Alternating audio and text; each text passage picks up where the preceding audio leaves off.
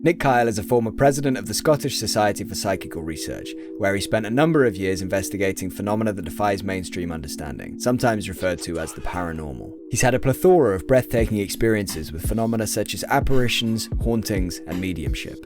He was even lucky enough to be present during the Scole Experiment, which we discuss in detail. Timestamps are in the description, and we hope you enjoy the episode. So, Nick, to get the ball rolling, can you tell me a little bit about your background, about the Scottish Society for Psychical Research, and about how you became its president? Okay, I was brought up as the child of a clergyman in the west coast of Scotland. For about 4 years, I lived in South Ballachulish. And in that lovely village, surrounded by slate quarries, I learned that there was an energy coming from the earth that was different from place to place. Certain stones seemed to pulse with energy, and it wasn't because the sun was on them or they had a source of water nearby or anything. And as I became an adolescent, I began to feel in my body and my bones things that were emotional or energetic in the effect they had on me.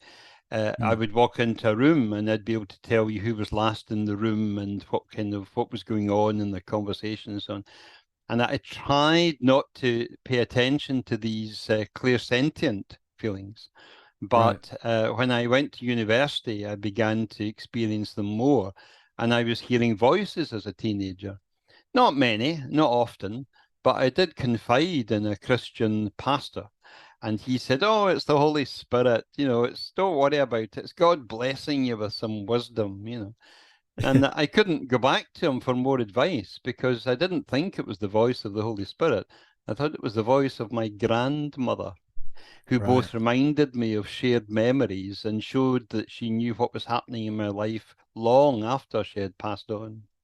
Wow. At university, gave me a chance to read about all of these things that we call mediumship and psychic senses and so on. And when I heard that there was a professor at the University of Glasgow doing an evening class, I went along to it, and it was the late Professor Archie Roy. And for a year, I listened to him, once a week or so, talking about an introduction to spiritualism, and I learned a lot from those. And when I went up to him afterwards and said, "This was great, are you doing a second course or so on?" He said, "No, there is nowhere I can point you to that will do a second, more advanced set of lectures. I'm going to create a society," he said in 1987, "which will be giving monthly lectures if that appeals to you." And I joined. Eventually, I became a committee member and then president when Archie passed on. I was president for 10 years, and I tried to do things the way Archie would have wanted, but he was on another level. He did peer-reviewed research of a very high order. I don't think it's been subjected to peer review criticism, only peer review admiration for the mathematical analyses for his quantitative studies of mediums. And he was assisted by a lady who was also president briefly, Tricia Robertson.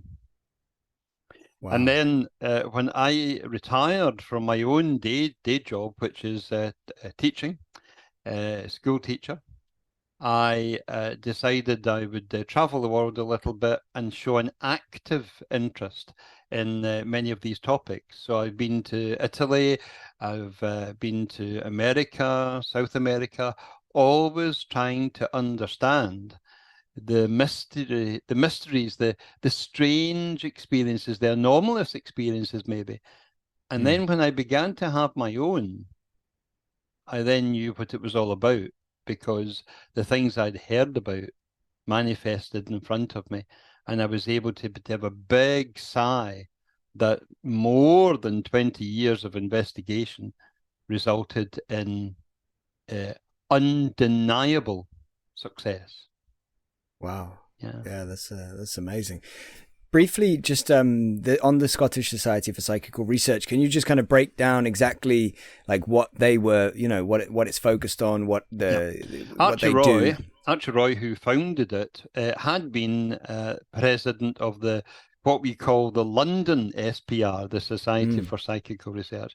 I mean, it's slightly teasing to say that because they were around for a long time and they're quite a big organization and still.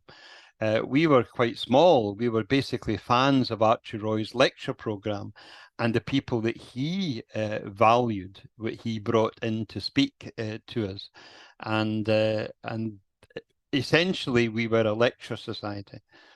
But because we've been going since 1987, that was almost pre-internet.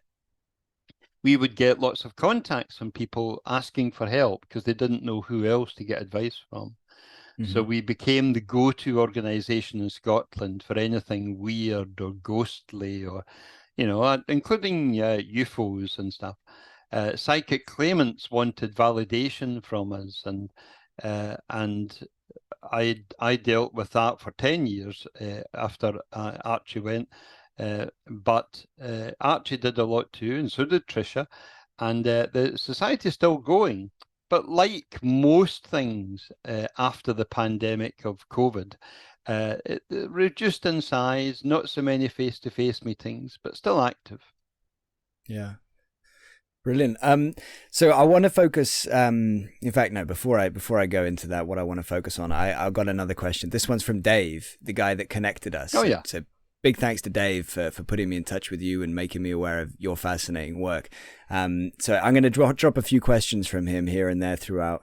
Yep. So the first one is he wants to know, I wonder how Nick came to accept the spiritual world was real. What was his tipping point? I would say, if I could be indulged, there were two tipping points. Yeah, absolutely. The first was the first message that I got from a platform medium, in which the medium stood in front of me and pointed at me and said, I have your two children here. And I just looked at him blankly. And he said, you've got two children in the spirit world. You know that, right? And I hesitated to answer because I didn't want him to cold read me. I didn't want him to figure out what he should say from my reaction. So I tried not to react at all. And with a slight element of frustration, he said, surely you must know if you've two children in the spirit world. They certainly know you. They're jumping up and down here, and his hands began to move. They're jumping up and down here saying, that's our daddy. And I confirmed that I had lost two children. Two children had died. And the name of the medium was a Mr. Albert Best. Now, he went on to say things that only I knew, such as he said, the two children are jumping up and down saying, that's our daddy, but who's the woman sitting to his right? Because that's not our mummy. And that was correct.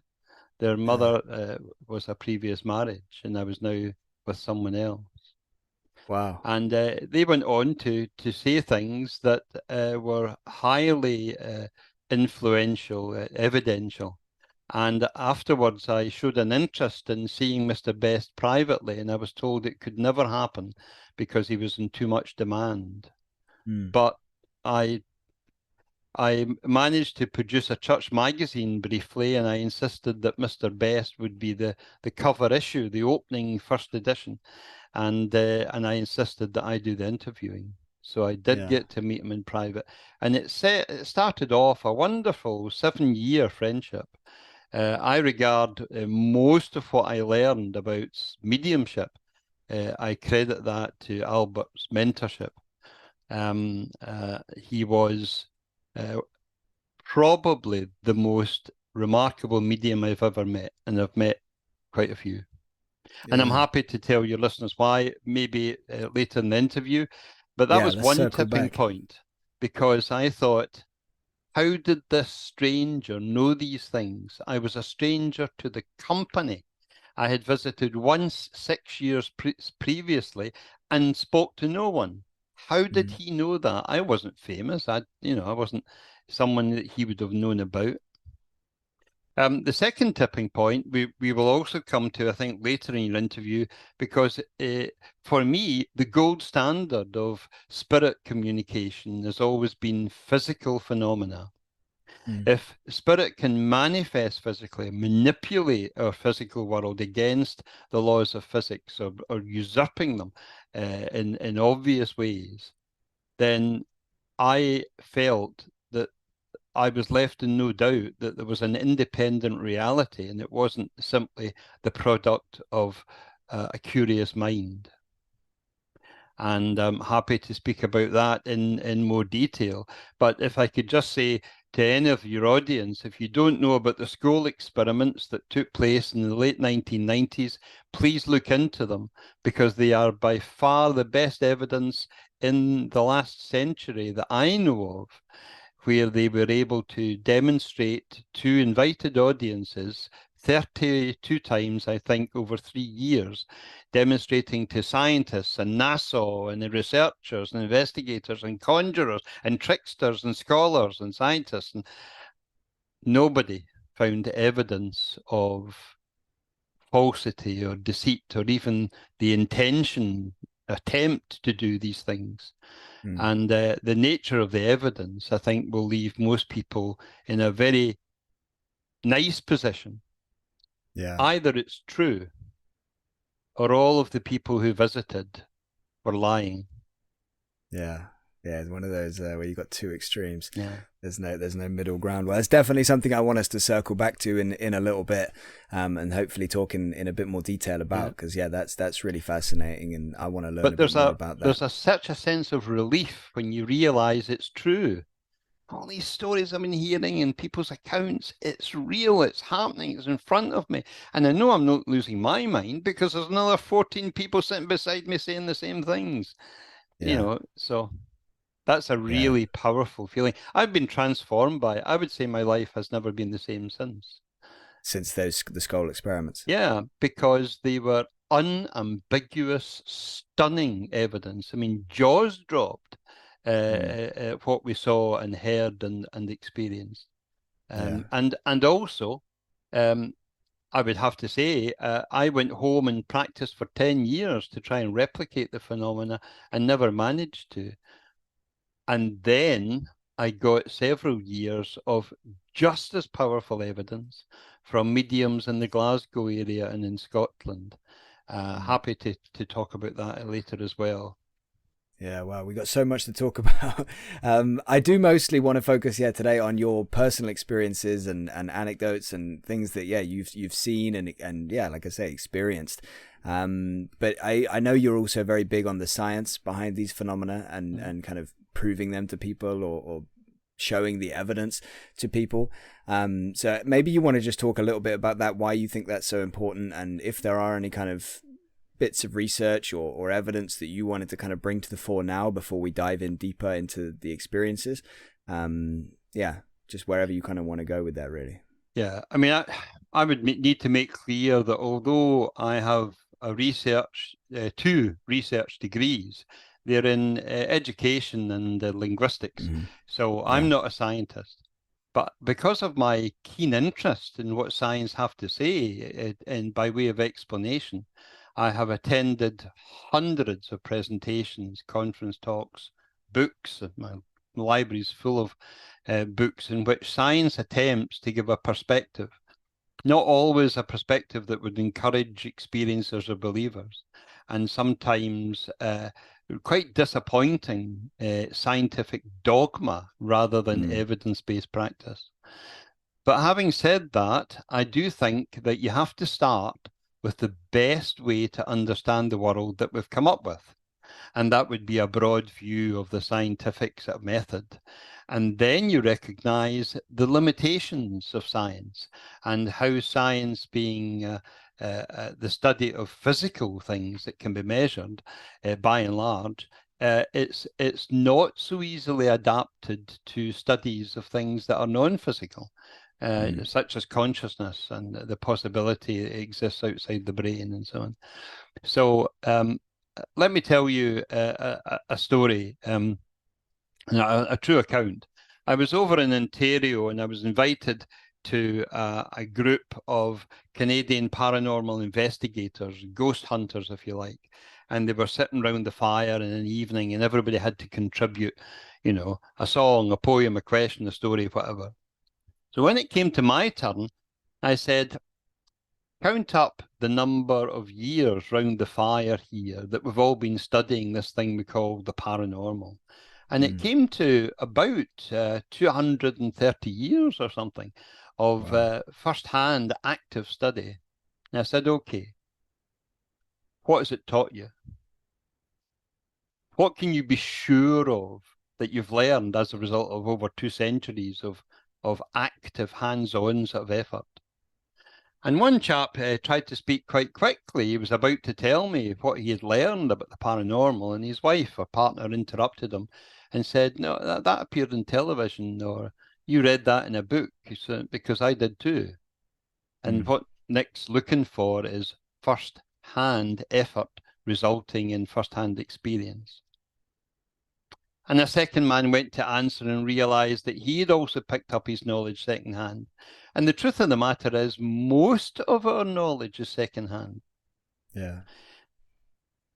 So when I left them with the question, if you only had a small postcard and the chance to write down a statement of truth before you died, for your children perhaps, what would you write? It would have to be on the basis of my time on this planet has taught me this, and this I'm sure of as I pass it on to you. 6 years later, I returned to the group. Well, slightly different group, of course, but the same setup. And as I approached the group, I heard a voice, a Canadian voice, shout up, "There he is! There's that Scottish guy who caused all that trouble years ago by asking that question." He said, "We've got your answer for you." And I said, "That's wonderful. What's the answer?" And I reminded everyone the nature of the question. The first-hand effort has resulted in what realization? He said, "It's all about love." And I said, "What is?" He said, "Everything." Yeah. It's all about love. And I said, "Well, you know what? I think your answer's better than mine." I said, "But let me tell you what I would say to my children, and I will still say it, I think, before it's time for me to pass on. There is more to life than can be measured. Go find it, because it does exist." Yeah. And I would keep it that simple. But the other guy might have had a better answer, that in the final analysis, that powerful, creative, almost divine energy that flows through us all and keeps our heart beating and gives us our next breath for a purpose that we don't understand, maybe. That could be called love. Yeah. And that's a recurring theme across a lot of various accounts, from NDEs to the things you're studying. That comes up a lot. From And spiritual awakenings. Being a teacher, I'm very aware of what inspectors would say if they came to inspect education. Essentially, please don't have the Scottish inspectorate come down on me like a ton of bricks, but essentially what they do is they listen to teachers tell big stories about their plans for the future, and they say, so what? Okay, you've got these grand schemes, so what?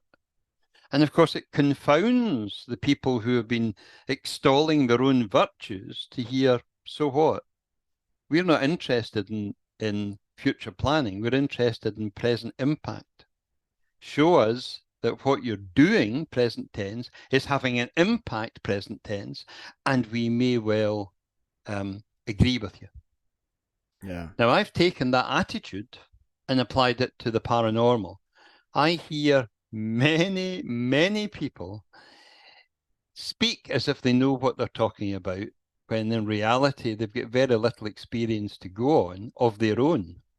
They're armchair critics of journals and texts that other people have produced, and they've come up with a belief system.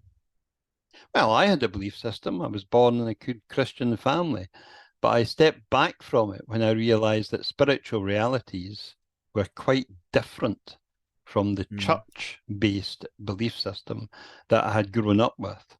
Doesn't mean to say they're wrong. It means to say that there are other realities from our day-to-day existence which are so different from what we're encouraged to think about that we should open our mind up. I believe that showing interest in the paranormal doesn't mean kissing your brains goodbye, but it does mean opening them up to go beyond what science comfortably tells us. Science is great at a materialist, reductionist view of life, and yet many of the things that people acknowledge that they've experienced are not physically materializing in a way that can be replicated, and they're just as real. I mean, I've spoken to so many people that have seen ghosts or deceased persons and so on, that I just can't believe they're all crazy, they're all wrong, it's all misidentification. I have to go with the flow and say, well, you know what? They're recognizing something that none of us understand yet. Yeah. But the closest I've come to it in recent times is interdimensional realities, interdimensional communication, some expansion of consciousness to access, I hesitate to say wavelengths, because the whole, all the physicists will come down on me and say which wavelength, but something like that, an expansion of consciousness to access realities that are there, just as Jung thought. They are there and they are independent of us. They're not simply thought projections. Yeah. And thought projections exist as well, by the way. I mean, Buddhists believe in tulpas, and we had the Philip experiment from Toronto, and there are other investigators that have tried group consciousness techniques with physical and material effects. I've just been speaking to researchers recently who have found random number generators respond to thought. Yeah. I know that it's been around for at least 20, 30 years, but we are rediscovering it with a new generation of fresh eyes and enthusiasms. Yeah, absolutely. And that is one way to kind of prove, in a way, isn't it, all of this kind of thing, when with the random number generators, when you have such large sample sizes over so many decades with so many people, and you still have this consistent effect. Let me give you a different example of evidence, because it will show where my interests lie. Mm-hmm. If you were to say to me, my computer's malfunction when someone walks into the room, I would say, oh yeah, happens to my wife all the time. She comes into my office, my computer starts to malfunction, my batteries start to drain. That's just kind of almost an everyday existence. And most ghost hunters, if you like, will tell you that their equipment often malfunctions and batteries drain inexplicably when they've checked them beforehand and after the event and find there's nothing wrong with them. But these effects on equipment don't appeal to me as much as I was sitting in a restaurant with two physical mediums, and the table started to slide around, and I'm looking at it, looking underneath it. No one's touching it, no one's lifting it up, no one's kicking or pushing it or whatever, and it's sliding around. Sometimes it moves to one side to let the waiter pass, but because the waiter's busy with plates, they don't always notice. And then I was telling a paranormal investigator from England this story, and he said, Nick, I've been investigating the paranormal for 30 years. I've never been in a restaurant where tables have slid away from me. And I said, okay, come up to Scotland, be my guest. There's one deal. We go to the same restaurant with the same people, and you pick up the tab if you see something you can't explain. And I pick up the tab for the table if nothing happens out of the ordinary. We went to the restaurant. He put his notepad on the table and his pen in the notepad and sat, and nothing happened. Until he went to pick up his pen and the table slid away from him. And he had to reach for the notepad because it was, several inches away from where it had been. And he pulled the table back and checked that no one was touching it. And then he picked up his pen again and the table slid away. He put his pen down in the notepad and it slid back. And he said, I don't think Spirit are wanting me to take notes. And at that point, the table trembled, as if there was a vibration going through it. But the one right next to it didn't. And then he found that the table next to him was also sliding around. And when I told that story to a film director, he said, I would love to see that. So I gave him the same deal. He came to the same restaurant and the table slid away from him. Right? And this is with people looking for, is there a fishing line attached? Is there somebody with footwork or whatever? And of course, there was nothing. And I didn't make them pay for their meal. I'm not that mean, but I found it hilarious. Yeah. And when I met these two mediums privately, just me and the two of them, in a different restaurant, I had bought a coaster. And it said, let's carpe the hell out of this DM. A take on that famous saying, carpe diem. And I slapped it down on the table. And it was a large bench table for about 6 or 8 people. And as I slapped it down, I said, what do you think Spirit are going to make of that message? And the whole table rose about 18 inches with nobody touching it. And it hovered in the air without trembling, just hovered. Really? I put my elbows on it to try and force it back down to the ground because I was embarrassed at what had happened, even although it was highly evidential. And it was as if I was the lightweight. I couldn't move it in midair. And then it slowly came down without anyone touching it of its own accord. And my medium friends were laughing because they could see the state of shock in my face that it was so unambiguously usurping the laws of physics, levitation with no contact. And then I looked to the right, and another customer's coffee table had started to rise in the air uncertainly. And then a third table was beginning to tremble as if it was about to do that. And the customers were calling out to the waitress, my table's wobbling. And the waitress was coming with bits of cardboard, thinking it was a tilting problem. So when these things happen, and they have happened on other occasions too, with the same people, you know that there is more to life than what you're able to measure at that point in time. What it is, we can talk about, but the fact that it exists, I've had a dog materialize under a dining table, and I felt the nudge of its nose to get attention. I felt the whish of its tail as it greets his owner, and I know that such things are possible. Wow. Yeah, that's incredible. Can I come to the restaurant in Scotland and see that for myself? Well, yeah, only if you pick up the tab for the Yeah, exactly. Yeah, but you've given away the game now. I know you're going to pay in the end, so I can agree to it. So let's talk a bit about the Scole Experiment. Let's get onto that, okay. And I want you to feel free to go into as much detail as you want to. There's no rush at all. Okay. This is something I'm particularly fascinated in, and I'm sure lots of people watching and listening are very interested in this as well.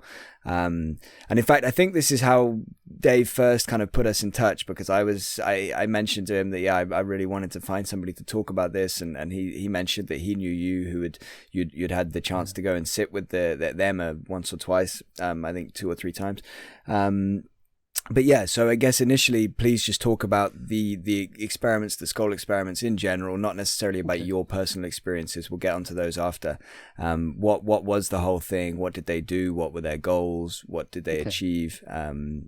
Take it away. So what I would suggest is that I talk about visiting the Scole experiments and explain what happened there as I go through it.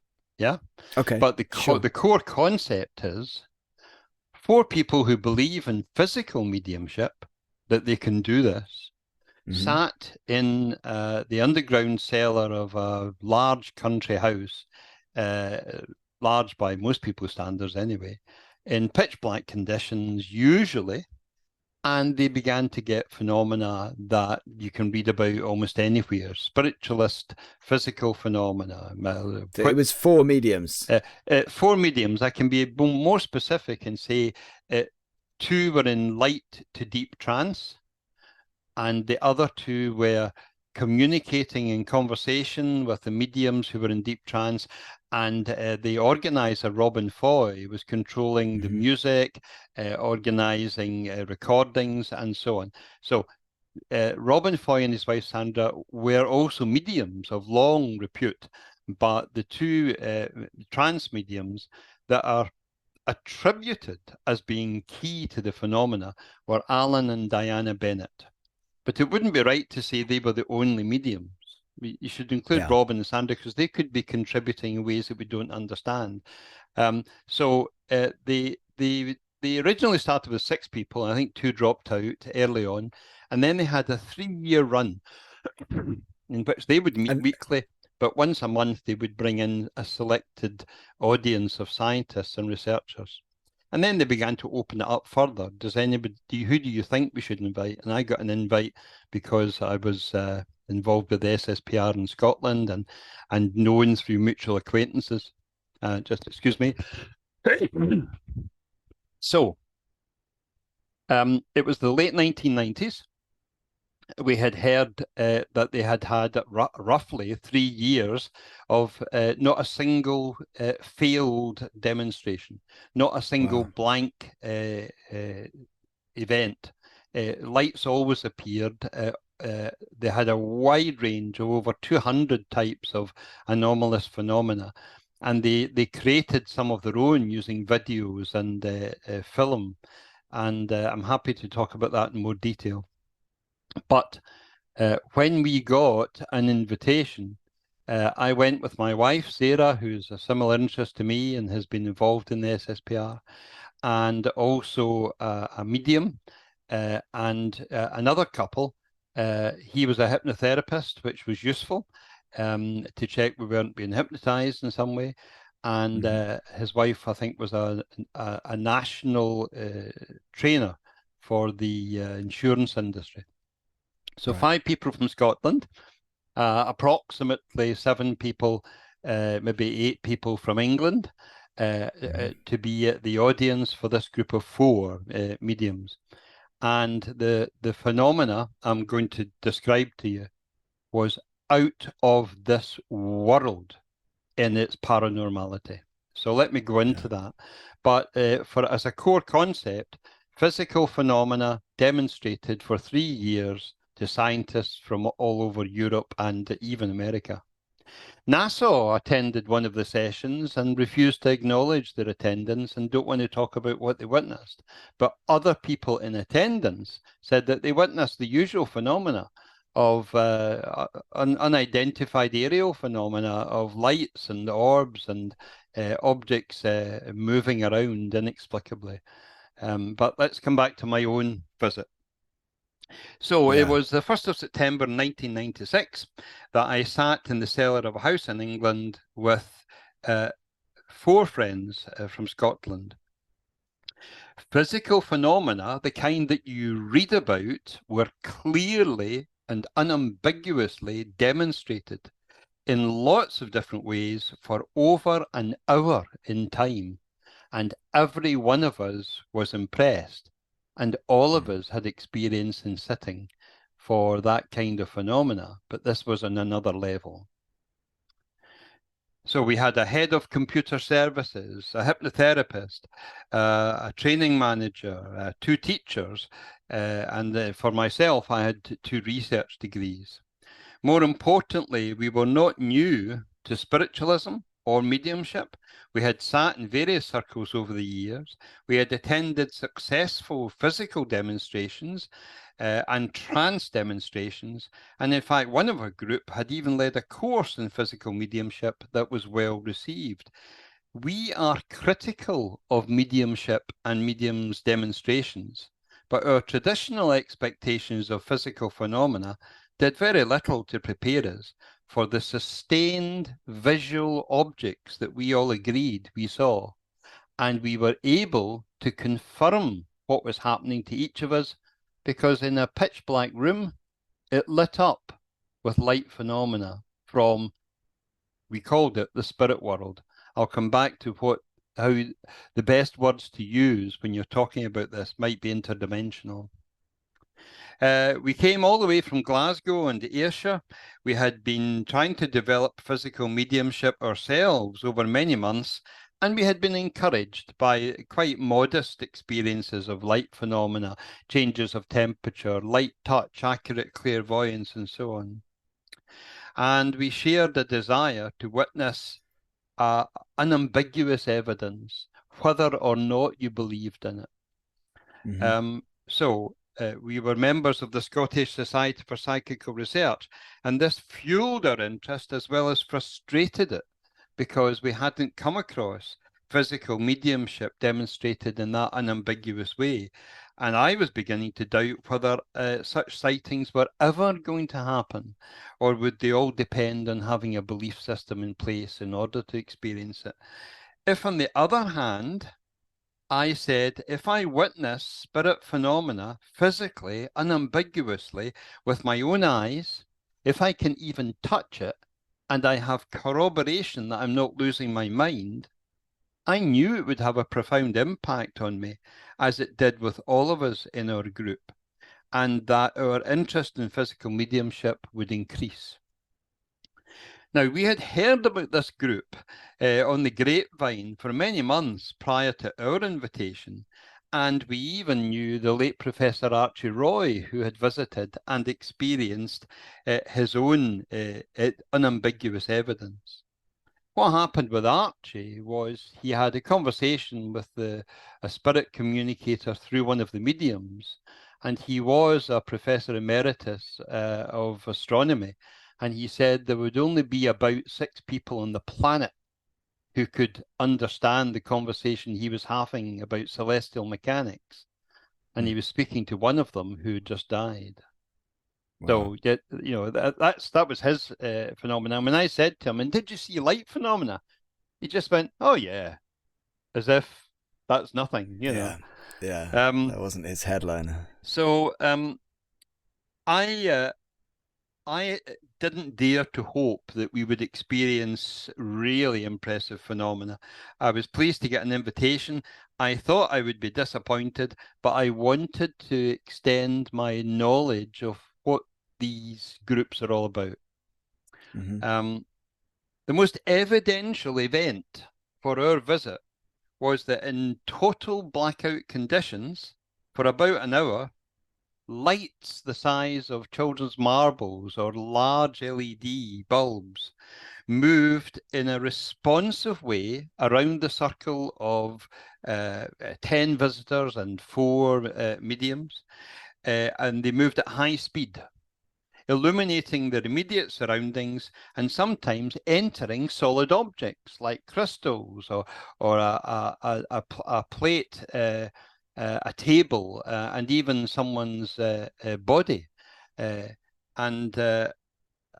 you see that? Not only did I see it, but I actually grabbed one of the lights, clamped my other hand around it, and turned it in as many directions as I could to make sure there was nothing attached.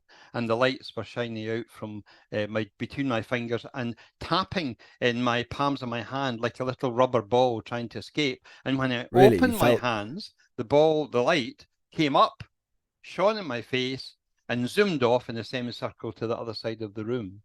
At no time in that hour was there any accidents, crashes, any misjudgment. Just to interrupt you just for a second, Nick, what did it feel like in your hand? Like a rubber ball. Was it warm or cold, or no noticeable temperature? No noticeable temperature, and certainly not definitely warm, but perhaps just skin temperature or thereabouts. Yeah. And it had some weight to it, like a rubber ball, yes. And it wasn't very heavy, but it certainly wasn't. It wasn't what you would say insubstantial. If somebody had asked me, I would say there was a little rubber ball in my hand. Yeah. Wow. And you said it was like tapping on your hand. Yeah, it was vibrating as if it was trying to escape. You know, it was bouncing around, and when I opened my hands, it came up, hovered, shone on me, and then zoomed away on a semicircle trajectory. You'd think as well, if it had wanted to, whatever is behind this, it could have just gone through your hand as well, because you said you saw it go into somebody's body. Yes, that's right. I'll come to that. Where did it go in? Yep. Okay, you're going to get to it. Yep. Sorry, please carry on. Okay. Then. Maybe just had to check on that. Yeah. Okay, these lights entered the bodies of participants, including my wife.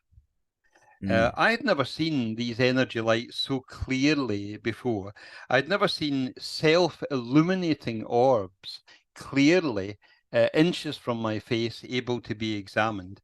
And even although they did speed around at high speeds, David Copperfield himself could not have faked such a light show. And I say that on the basis of I've watched 2 David Copperfield shows, and I've counted the number of articulated lorries outside full of equipment.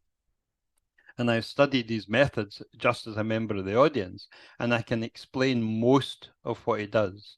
But in this case, I would defy David Copperfield to tickle the inside of my wife's rib cage, because that's what one of the lights did as she squealed, not in pain, but with surprise.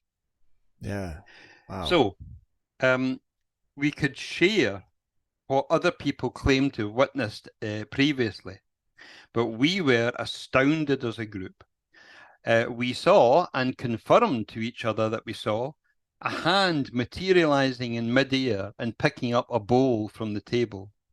A disembodied voice conversed with us all from the center of the room. My wife, who's in the house here, if you want her to step in and confirm, anybody who knows her knows that she doesn't agree with me just because because I want her to. An independent Irish woman with her own thoughts, but she would admit that she was levitated in her chair, and that people round about her confirmed that the chair was off the floor. Bells that were hanging were swaying in the air with no one being seen to touch them, and they rang repeatedly with no one near them. Several people were touched by the light orbs, including myself, and throughout this, the mediums were giving accurate clairvoyance, such as referring to the previous night for my wife and I, where we stayed in a modest little hotel, and we had a fright during the night, and we told no one about it, but Spirit knew and told us that they were with us that night, and they were aware that we were finding it difficult to go to sleep because of what had happened. It all involved the owner's obsession with a boa constrictor, a python. It was nothing of a particularly spooky nature. So when we returned to Scotland that evening, there was a high buzz of chatter for hours and hours as we tried to process in a rational way what we had all experienced. And I bought a white quartz crystal from the Scole group, and when I brought it home to our home circle, which was also in dark conditions, it glowed. I checked it to see if there was some light diode in a little mini battery or something. It was just a white quartz crystal, but it glowed so much you could have read a newspaper by holding it against it. Just to give you an idea, we didn't try that, but just to give an idea of the strength of the glow. Wow. 1 week later, in the following sitting for the same home circle, that white quartz crystal did not glow, but it illuminated itself with tiny sparks from each of the points of the crystal briefly. Then it went out, and it's never glowed or sparked since. We didn't know what to do with these corroborated experiences. We were told it was a once-in-a-lifetime opportunity, but to me, it's not the experience that people should focus on. It's the meaning, it's the purpose, it's where does it take you? How does it affect you? And we were left with a bit of a mystery in our hands. And then we got a phone call 6 months later. The Scole group wanted us back. The 5 from Scotland, Spirit had said to them, as mediums, get those people back from Scotland. Why? Because Robin Foy, the organizer, told us each person would get a once-in-a-lifetime opportunity to visit the group if they were invited, but not any more than that. So I said to Robin, I thought this was to be a once-in-a-lifetime opportunity. He says, so did I. But they want to try and experiment the likes of which they've never done, and perhaps it's never been done, and they want the strongest possible energy to do it. So they handpicked the visitors from England. They brought the 5 down from Scotland, and we had been told to expect more advanced phenomena. What on earth could that be, given what we had experienced with levitation and dematerialization, all that? What would more advanced phenomena be? How'd you And top it was that? because they reckoned that spirit communicators were aware of our individual energies and could tap into them and use them more productively than the first time we had visited. Also, our hosts, Robin, Sandra Foy, and Alan Diana Bennett, they said that they had made significant progress in the 6 months since we had been there. And when we went, and I have the authority from all the participants to say this, we were astounded by what we saw. In the same small basement of painted brick, which I had checked again as I did before, bells rang mysteriously, and more pale, small green-blue lights streaked around us, partially and momentarily illuminating the blackout conditions. One difference was that this time the lights seemed hooded like tiny torchlights rather than spherical, illuminating in all directions to the same degree. And they focused on items on the central table and also on sitters as they whizzed around. So if I use one hand to say this is a large orb and there's 3 lights coming from underneath it, if the lights focused on objects on the table or in a sitter, this light was going round like this, but the target objects always had a light on them from underneath. Almost like a helicopter or a UFO shining down and flying around, but always keeping the target illuminated. That's not just intelligence, that's real skill. And I couldn't explain how anyone could do that manually at speed. However, that was just the start of it. Sometimes the lights would hover in front of sitters, beside their hands, beside their feet, close to their faces, allowing everyone in the room to corroborate that that was happening. And then the mediums in trance, bringing spirit communicators through allegedly, said that we were about to see phenomena which had never been seen before by this group. They weren't even sure exactly what it was going to be, because they were told by the spirit communicators it was coming from a dimension to which they themselves, the spirit communicators, did not have access. And we waited. Despite the impressive evidence from the second sitting and the first, what the mediums announced seemed fanciful to me, and I was dubious. And what on earth could this be? Yeah. And then lights appeared. But it was groups of lights this time. And it was almost as if someone was drawing with an illuminated pen to connect them up into 3-dimensional shapes and then fill that 3-dimensional shape with a translucent bluish light, which then became so strong the object flying around was illuminating its surroundings as if it was solid. Yeah. We thought there were different shapes. One looked like a wedge of cake, a triangular point with a rounded beveled end, flying around the room.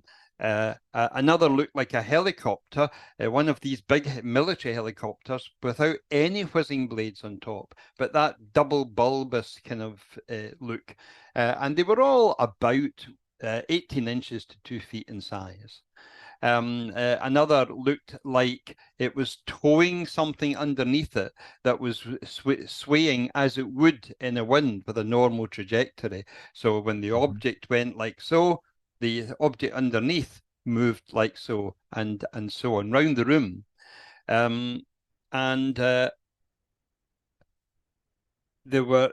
There was a flying saucer-shaped disc-type craft as well. And then 2 horizontal tubes appeared, and they seemed to be carrying something underneath, but they were also carrying something inside. and we were able to look down the length of the tube. If the tube was 18 inches, and it might be slightly shorter, looking down, it looked as if you were looking 3 feet. It looked as if the tube inside was much longer than the tube outside. And I was fascinated by this.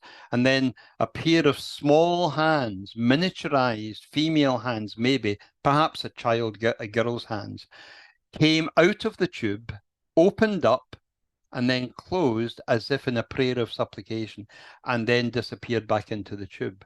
And this happened in front of the face of each of the sitters. Maybe not the mediums, I can't remember that. I just remember the people sitting beside me having the same experience as me. Little hands coming out, opening, closing, and disappearing again. Did they look solid, yes, or yes. were they kind of like not solid wispy? In the sense of a human hand, but if you imagine a human hand colored light blue, yes. I mean, I could see fingernails and so on. So that's why I think it was a female's hand, but miniaturized. I guess it didn't touch you or anybody else at that point? The tubes didn't touch me, and I don't think they touched anyone else. What about the hands? No. That point, it was like hands in prayer or blessing. Yeah. And just quickly before you carry on, the lights, like the orbs, just in general, I'm thinking like when they're flying around and they're kind of pausing in front of your face and things like that, obviously you got a good look at them. And I know it's been a while since then and you're going from memory, but can you kind of describe in a little bit more detail like what they look like? Was it just a ball of light? Was it super bright? Like how far did the light seem to come off it? Just give me an idea. Try and put me in that situation. So the lights themselves would have been the size of a child's marble. Yeah. Smaller than a table tennis ball. Maybe half the size, something like that. But the glow that they emitted was bigger than a tennis ball.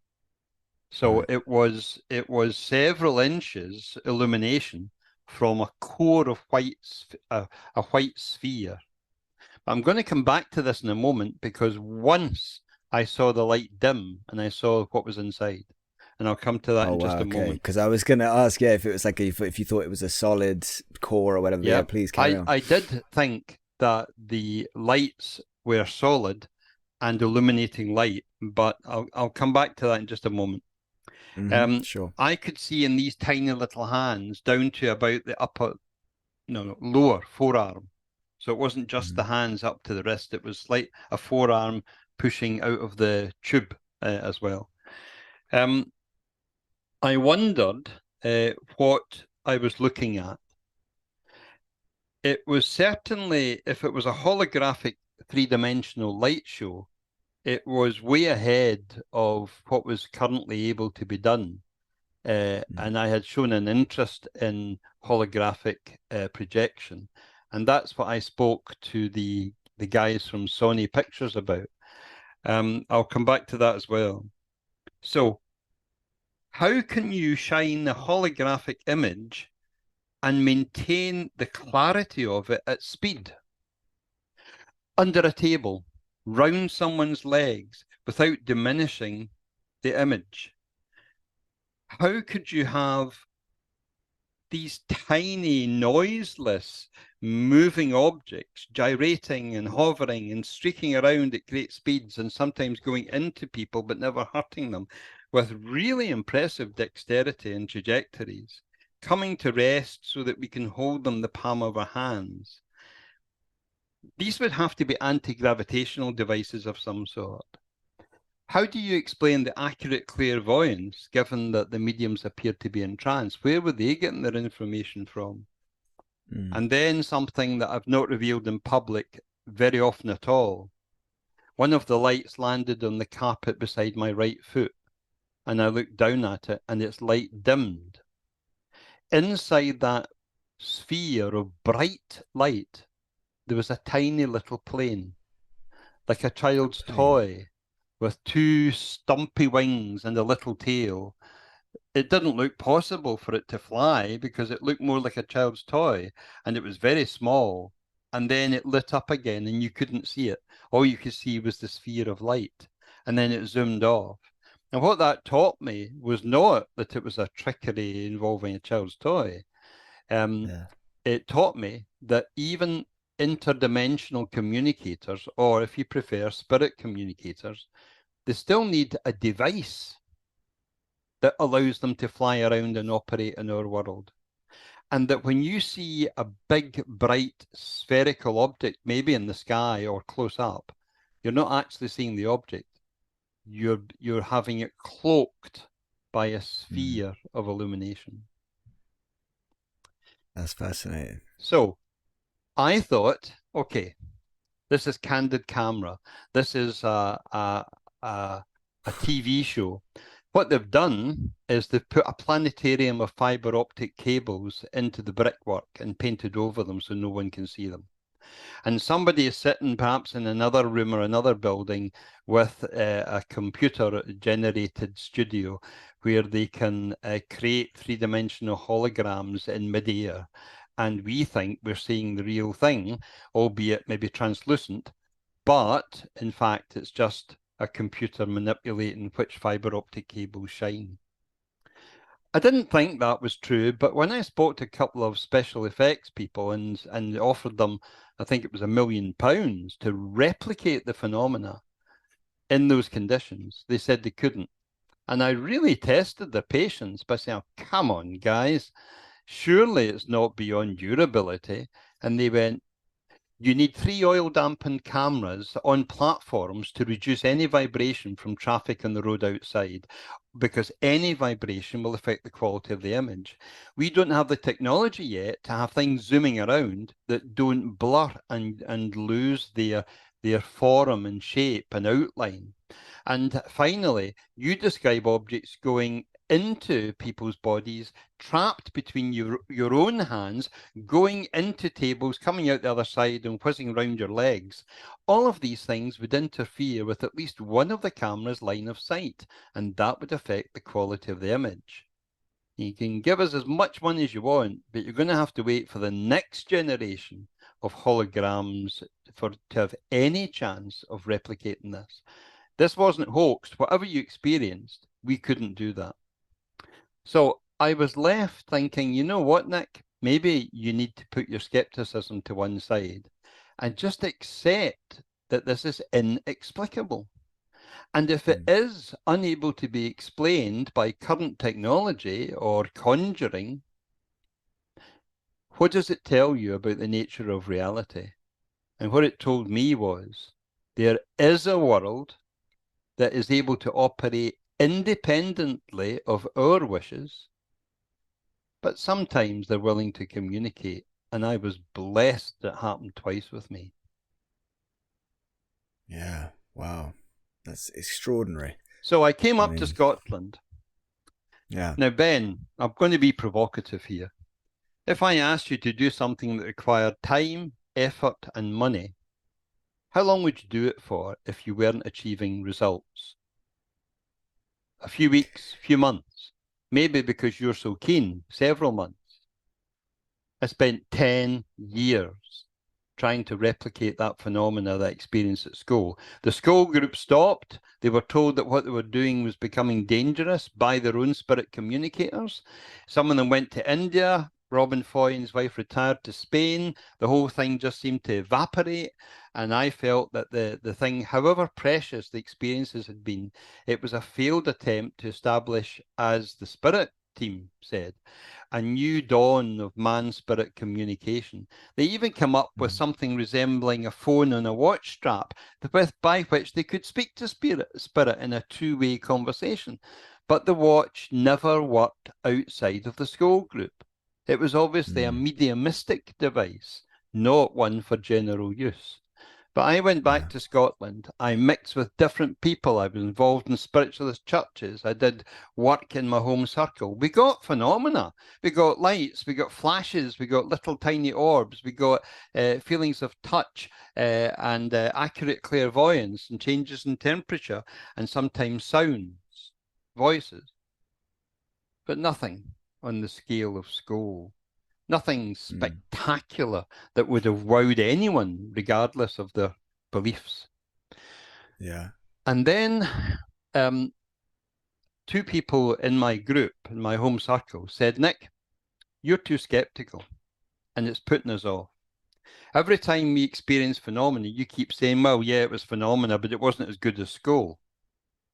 And you're constantly using that very high bar as a reference point to put down the genuine effort that Spirit are making. Yeah. So we want to stay friends with you, but we want to do our own thing elsewhere. And we shook hands on it, and we've continued our friendship, but they left. I was asked to give a lecture in Toronto about the Scole experiments, and I contacted Robin Foy. I think this was just before he went to Spain to retire, but it was after the Scole group had stopped their public experiments, and I think even stopped meeting together as a group. And I said, Robin, this was supposed to herald a new dawn in man-spirit communication. Can you point to any groups anywhere on the planet that are getting reliable phenomena? And he said no. And I was so disappointed to hear that, because what a great motivation, what an inspirational demonstration there was of mediumship. And yet nobody else could do it. And I told him I'd been trying for 10 years, and he just said, I'm sorry, Nick, I don't have anything else to say to you. You're following our guidelines and it's not working for you. Maybe you need to try something different. Spiritual gifts can manifest in different ways. And he said, the only people in the world who are able to replicate the phenomena at all, and I don't know how frequently they're doing it, you know them. And I said, I know them. He said, yeah, they were in your home circle until they left to do their own thing. And it was my friends. So I phoned them up immediately and said, I hear that you went out to Spain and the whole spirit team physically manifested in the room for Robin and Sandra, and they were moved to tears. And he said, yeah. And I said, why didn't you tell me? And they said, we were embarrassed for you. You had told us about the Scole experiments. You had spent 10 years trying to do it. We were able to do it within months because we didn't hold to your skeptical frame of mind. We got excited. We had a good emotional bond with our sitters, and we really wanted it to happen and were overjoyed when it did. So I said, can I join your group? And the guy said, we need to ask Spirit. And then he phoned me and said, come up on such and such an evening. And when he took me to the door of the seance room, not knowing if there was going to be a seance, just to see the seance room, he said, open the door and walk in. And I opened the door and took one step into the room, and an invisible hand grabbed me by the left forearm, pulled me to a chair, sat me down, and kept the grip. And I said to my friends who were standing watching, my left forearm has been held by an invisible hand at the moment. I can feel the fingers. I can feel the thumb. I think it's a male hand, but it's certainly strong. And they burst out laughing. They said, when we said this, our spirit communicators, can Nick Kyle join us? And what will the sign be? They said, don't worry about it. He'll be left in no doubt. So I was able to join their group for special sittings, not for the everyday, weekly, one after the other. And I saw the same sort of phenomena, if anything, even more spectacular. A table would spin and blur. It was going so fast. And I thought, if this hits anybody, it'll kill them. And then it would shoot up into the ceiling and not destroy the ceiling. And it came back, but not all objects that disappeared into the walls and the ceilings did come back. One shot to the one side of my face, went into the wall, didn't damage the wall, and then came out later on. But not all objects did. Some of them are probably still in the wall cavity, for all I know. How is that possible? Well, it's because the objects are physically dematerialized before they encounter a solid object. So I got the chance to shake hands with a spirit person, and I got the chance to ask him, how do you do this stuff? And this is what he said. The simplest way to explain it is we make a copy of what is in your world. We manipulate it in ours, and you see the difference. So I was speaking to an investigator of Apport in England, a castle, I think it was. I don't want to give the location away. Mugs disappeared and then reappeared. So the investigator got them checked at a science laboratory, and the clay that made up the mugs had been subject to extreme heat. But the mugs were warm to the touch, not very hot when they reappeared. So they looked like the same mugs, they weighed the same, they were able to be used the same way, other than a slight warmth to them. It was not obvious that they had been subject to a heat process that affected the very clay that the mugs are made of. In other words, they weren't the same mugs. They had been changed in some way that nobody present had a kiln handy to interfere with, it was, or a microwave. So I thought that was interesting in terms of upwards. But to come back to the Glasgow seances, there were about 6 or 7 of them that I remember clearly. There may have been one or two more. A child came towards me and said, "Mister, would you like to feel my face?" And he took my hand and put it on the forehead, and I went down over a little snub-nosed sort of boy down to the chin. And then as I went back up, I got to the forehead again, and he said, "Oh, mister, don't go any further." And I stopped, and he said, "I didn't bring all of me through. I only brought my face." And I must have sounded disappointed because I said, "Oh." And he said, "But the next time you come, I'll bring all of me through, but I want a hug." Sure enough, the next time I was in that seance group, a little boy came running towards me. Remember, it was darkness. Jumped into my lap shouting, "I want that hug now, mister." And I gave a child a hug. The child would have been approximately 5.5, maybe 6 years old. I'm a teacher, so I know what children, are like to be around. And there was no petite human beings in that room, nor in that building, which was locked and secure. Where did the child come from if it wasn't real? It wasn't my imagination, because other people could hear the child shout and communicate. Another woman lost her mother through, her mother died, and her mother materialized, and I could hear the daughter's conversation. I could hear the mother's replies as they kissed and hugged and cried. Now, if you imagine going let's say month after month, I'm not sure it was weekly, on 6 different occasions, and you speak at length with spirit people and ask them questions about the other side and shake their hands. I asked a man, "Can I feel up your arm?" And he laughed, and he let me feel up his arm. There was no body attached. Where you would expect the shoulder to be, there was nothing. My hand went into thin air, but I was still grasping a man's hand and squeezing it tightly. And it felt like a normal And hand. I felt up what I thought was a jacket. And then there was nothing. And you just laugh.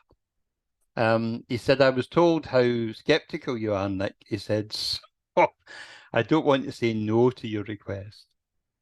And so it goes on. I could tell you the identity of some of the spirit communicators, but I would rather get permission to do that, because some of them were famous people, and I don't want to claim that I was in touch with such and such a deceased person. I think it complicates the story by introducing another level of incredulity for people. Yeah. But wow, what incredible experiences, and I understand why you said that totally changed your life. Yeah. Where do I go back? There's so many questions I could ask you, to dig deeper into the things you saw and experienced there. One of the things I guess I would want to check with you is that Dave, again, that put us in touch, he said that, if he recalls correctly, I think when you visited the circle, a UFO materialized. I think that was the thing you alluded to, like a kind of smaller craft in the room. Yeah. Can you kind of go into a bit more detail on that? Can you elaborate? Well, not much. The the shapes, as I described to you, were triangular or with curved edges and bulbous ends and so on. Nothing that I could recognize really from everyday flying objects, even if they'd been miniaturized. But the craft that I described as the disc-like flying saucer was exactly the typical shape. Imagine a circular plate with raised edges, another smaller plate placed on top of it. So you get the outer edge, and then on top of it, an inner dome. And then I think there was a tiny little dome on top of that, but you got this classic UFO shape, and there were lights going round it, and there were lights on top of it shining out. And underneath, I was describing for this object and for other objects, the lights targeting perhaps the face of a sitter, and let's say a quartz crystal, and maybe a bowl on the coffee table. And as the UFO went round with its flickering lights, the beams never left the targeted objects or face of the sitter. Now, I'm not even sure I could do that with two hands, you know, and it didn't last long. I'm guessing a very few minutes, two maybe. Yeah. Yeah. And it was about 18 inches, 2 feet, you said? Yeah. All of the I should get my tape things measure out, but it would have been about that size. Maybe, maybe 14 inches or... It's difficult to say because you've no frame of reference. It's a darkened room, I get it. And this thing is providing the light, so you're not sure exactly how close it is to you or how far away. But it was an ordinary sized room, and I would have said more than a foot, but less than 18 inches. Other objects might have been longer. I mentioned the tubes; they would be longer. But other objects that were maybe towing something underneath, in total, they would take more of the airspace. So if you add on the things that were underneath to the object, you might be talking about 2 feet or something. Was there any sound when they were moving around? Like, no, nothing. Nothing. Not even for the little plane thing that I mentioned. Yeah. Let me give you some thoughts about that, though, about the miniaturization of something. I was over in Italy, and I was with my friend Michele Di Nicastro, a parapsychologist and investigator in Italy, quite highly regarded over there. And he wanted to show me evidence of a ghost photograph of an Italian soldier from many years ago. And it was in infrared, so it was very grainy. And he said, I think I've taken the best ghost photograph in the world. And I looked. He said, every year, at a particular time, say around about a season of the year rather than a date, he said, a ghost soldier appears on this stairway. So I set up cameras, and after so many nights, we captured this figure, which looked like a very grainy photograph of a soldier with a breastplate, with armor on the shoulders, round the hips and so on, looking to one side. And I said, look, I've got my specs on, but it doesn't look like the best ghost photograph to me. And he went, oh, this was taken in infrared in the dead of night. That's why it's so grainy. I said, even at that, that's not impressive. He said, so how about this? Right next to it, running in real time, focused on the same stairway, was a heat thermal imaging camera, and look what it captured at this precise moment of this photograph. Bang! And it was a guy with an arm wound, and the blood was coming out, or at least the thermal imaging would suggest blood coming from a wound because of the bright colours. Now, for those of you who say, oh, that's some sort of visual anomaly, that's pareidolia. Oh yeah, one that emits heat. It's a physical object if it emits heat. So it has to be there. And the grainy photograph is evidence with the heat thermal imaging. Now, this was taken in secure conditions, castle security, and investigators in a ring of security. How do you explain that? Well, one of the curious things was the soldier was perfectly proportioned, but he was about 50% of the size of a normal human being. And I said to the investigator, he looks perfectly formed in proportion, not dwarfish in any way. How come he's so small? And my friend, McKaylee, said, oh, that's easy. Spirits shrink themselves to concentrate the light energy so it can bleed into our visual light spectrum. If he appeared as his full size, maybe 6+ feet, you might not see him at all, certainly not as clearly. He said, have a think about fairies and why they're always small. He said, have you never thought that fairies might be the size you are or taller? Some angel stories refer to 9, 12-foot angels. But when they want to be seen, they have to shrink themselves down to be miniaturized, to concentrate the energy that bleeds into the visual light spectrum that you have, which is very limited. And I thought, that's what happened at Scole.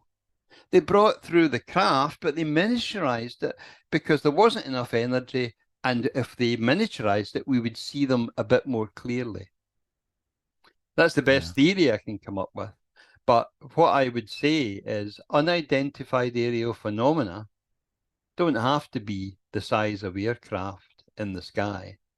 They can be small and still be just as mysterious and paranormal, if you like. Yeah, absolutely. And one last thing I'll ask you about on Scole before we kind of move on a little bit. You mentioned that NASA sent somebody along there. 8 and people. They kind of I was told it was people. 8, but it might have been even 10. But let's say 8. How certain are you that happened? Like, was it one of the organizers that told you that? And is there any more you can say about it that you're aware of? No, I can't say any more. I'm reporting what the organizer said. He said, because some people thought it was unique to the house in Norfolk, the village of Scole in Norfolk, near Dis. We went to other countries. So we went to Ibiza in Spain and produced the same phenomena in the same conditions.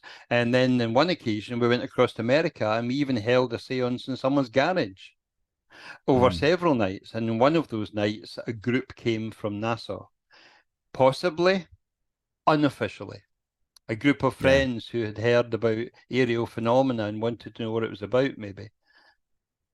NASA, the organizer, said to me, don't want to talk about what they experienced. But the organizer said, I know what they experienced because I was there. And they got the usual phenomena, light phenomena and so on. Yeah, wow.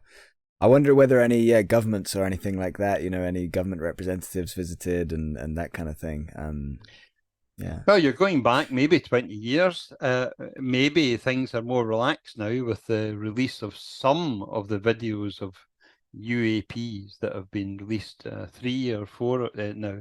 But apparently there's 20 odd to be released. They're staggering it because they don't want to unsettle the viewers. Yeah, there's a whole lot going on in that world, but we'll circle back to that again a little bit later. To stay on mediumship for a little while. And back to another kind of question from Dave. So he mentioned that you were very close to, somebody you mentioned at the beginning, actually, of our talk, a fantastic mental medium called Albert Best. Dave said that Albert was apparently far above most mediums around today that just play Guess the Ghost. He said Albert could give out first and second names as well as addresses. And he said that Albert was the uncle of the famous footballer George Best, who probably everybody's probably heard of. I just was hoping you could tell me a little bit more about Albert Best, about some of the experiences you had with him and why it was so compelling, the phenomena that he was able to produce. So Albert basically was a soldier who returned from fighting in the Enniskillen Fusiliers or whatever. He'd been a prisoner of war briefly and so on. And he came home to find his family had been killed in the Belfast Blitz, the bombings that took place. He couldn't even recognize the building that he used to stay in with his family because it was just rubble. And he took what it can be loosely described as a nervous breakdown.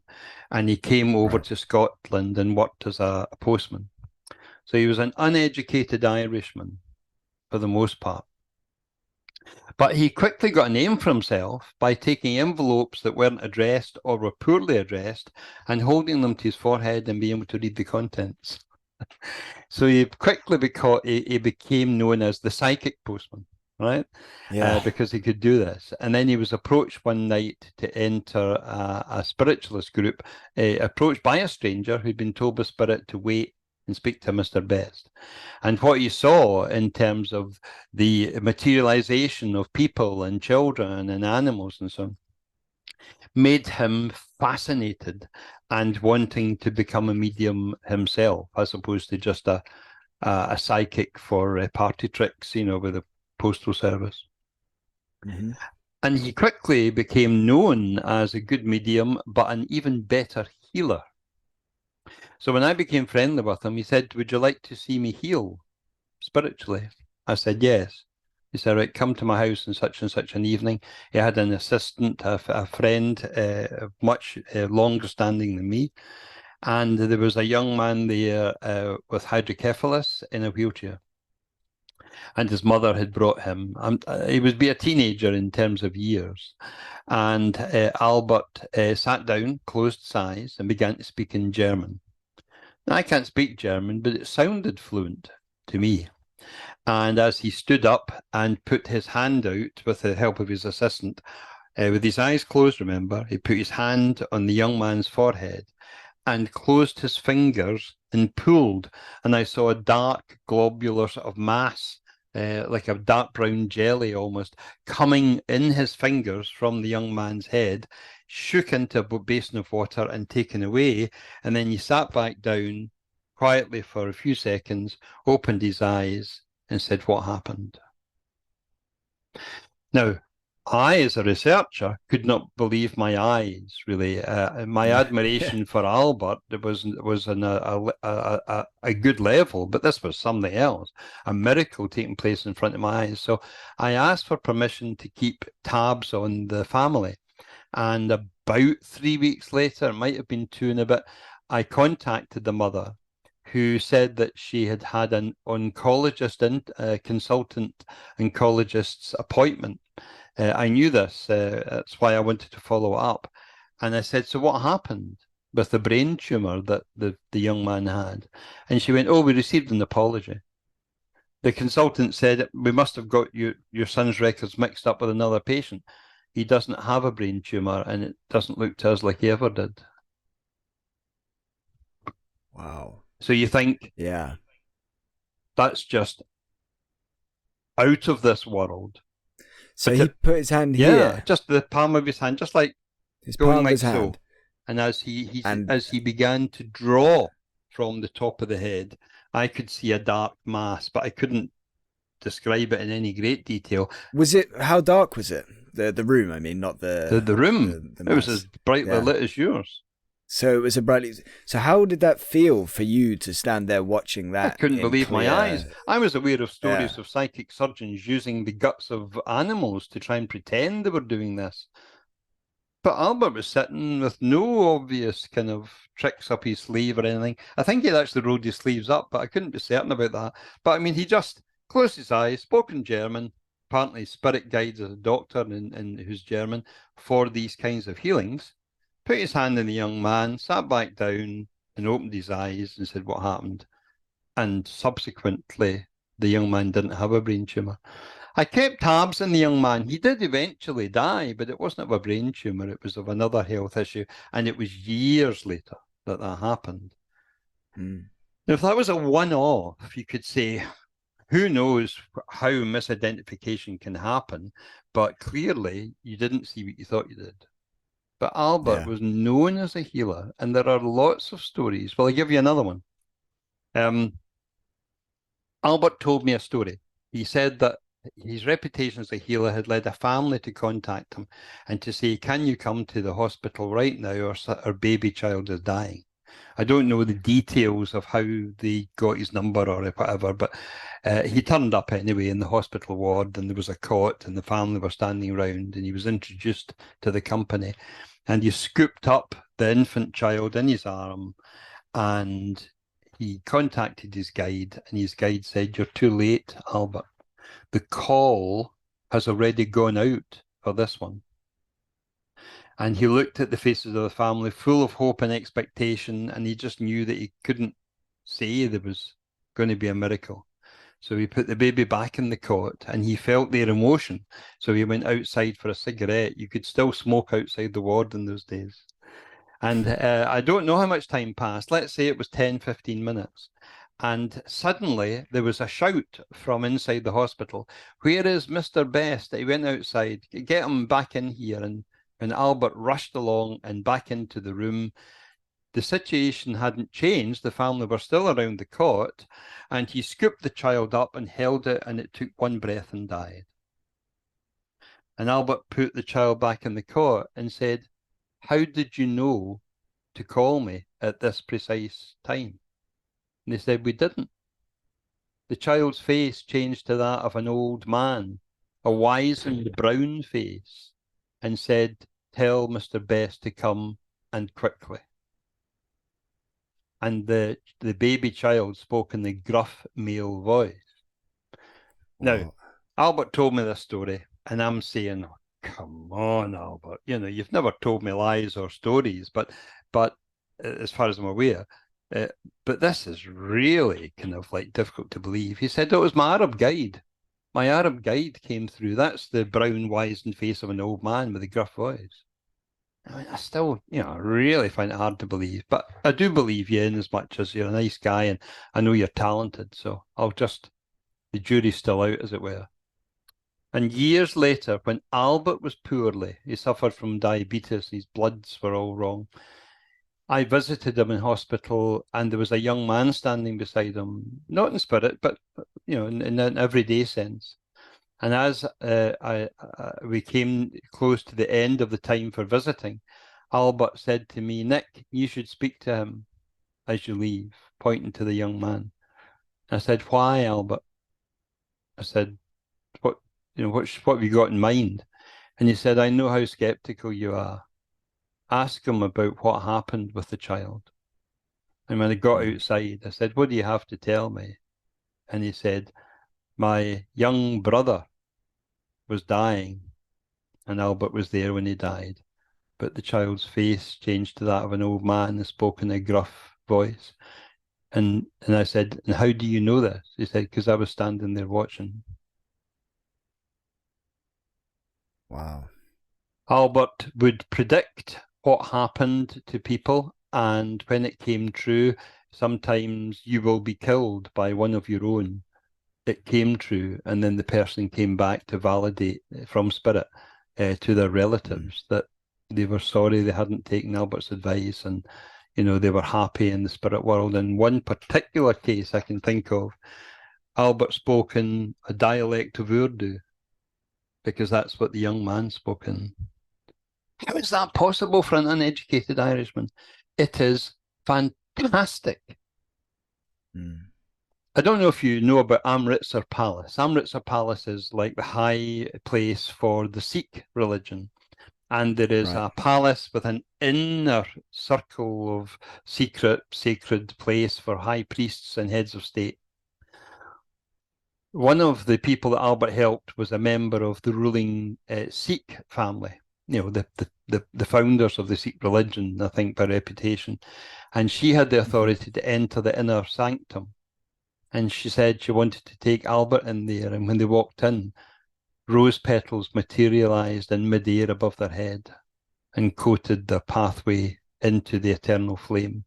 The eternal flame, I thought, was like an Olympic torch. You switch the gas on and light it and keep it lit for special occasions.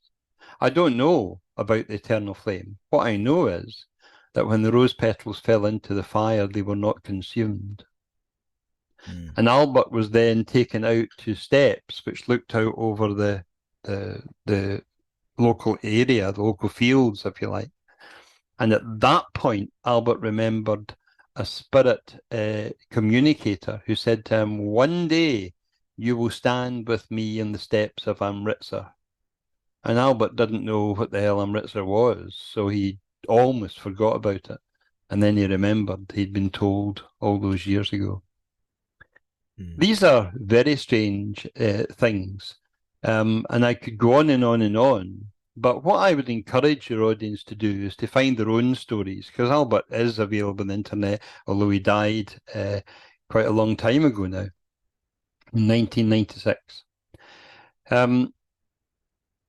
He was consulted by stars of stage and screen, film stars and music stars and television stars, and heads of state and families, let's call them high society families, at the very top of the British high society, as well as internationally.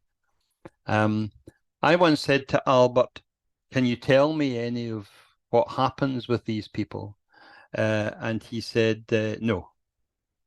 He said, the distress that brings them to my door is the only thing that I want to know, not the fame that other people see. And so I'm not going to try and validate Albert's abilities by giving you a list. Let's just say I've got his phone number records in my home. Yeah. And I was shocked at how many people had given him their phone number. Wow. Famous people, I mean. Yeah. So yeah. I once said to Albert, have you ever experienced anything from spirit? For you, I know they had helped other people. I saw him once speak to a small group of people in the spiritualist church. I think there might have been 6 of them, but there were certainly 4. And he said to them, you're here because a brother in the family died. He drowned in the Scottish loch or bog. And they all said, yes. He said, well, he's here tonight to tell you he didn't drown by accident. He was murdered by the man he was walking with. And if you wait till after the meeting, I'll tell you the man's name so you can validate it. And then I would expect you to go to the police. And that's what happened, because I stayed behind and saw him speak to the family and make notes, and then they went away. I never followed the case up to see if the police successfully prosecuted someone for murder. The police quite often get information like that, and they say often, they sometimes get information like that, and they're not always able to act on it, because they can't go to a court of law and say, yeah, we entered this person's home and arrested them because some spooky psychic told us. They can't. They need to find independent evidence that corroborates their suspicions, and they don't always find that. So when I asked Albert what has spirit ever done just for him, not for others, he hesitated to answer, and that wasn't like him. He was an Irishman with a good line of banter, and he was quick, but he hesitated, and he said, well, I don't normally speak about this, ever. He said, but you'll appreciate what I'm about to say. He said, I was doing a world tour, and I was coming from Australia up through Africa to return home. At that time, I stayed in London. And I was with another medium. I was sharing the tour. He said, and the medium said to me that he got a message from Spirit that we were to go to somewhere off our route. They were being driven.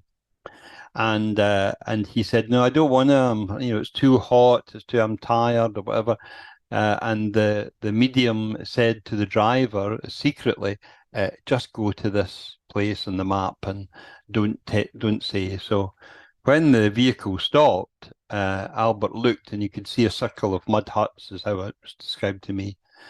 And he realized he'd been duped. And the medium said, look, Spirit have been insistent, just go into the center of those huts, walk round, come back to the car and we'll go. How about that?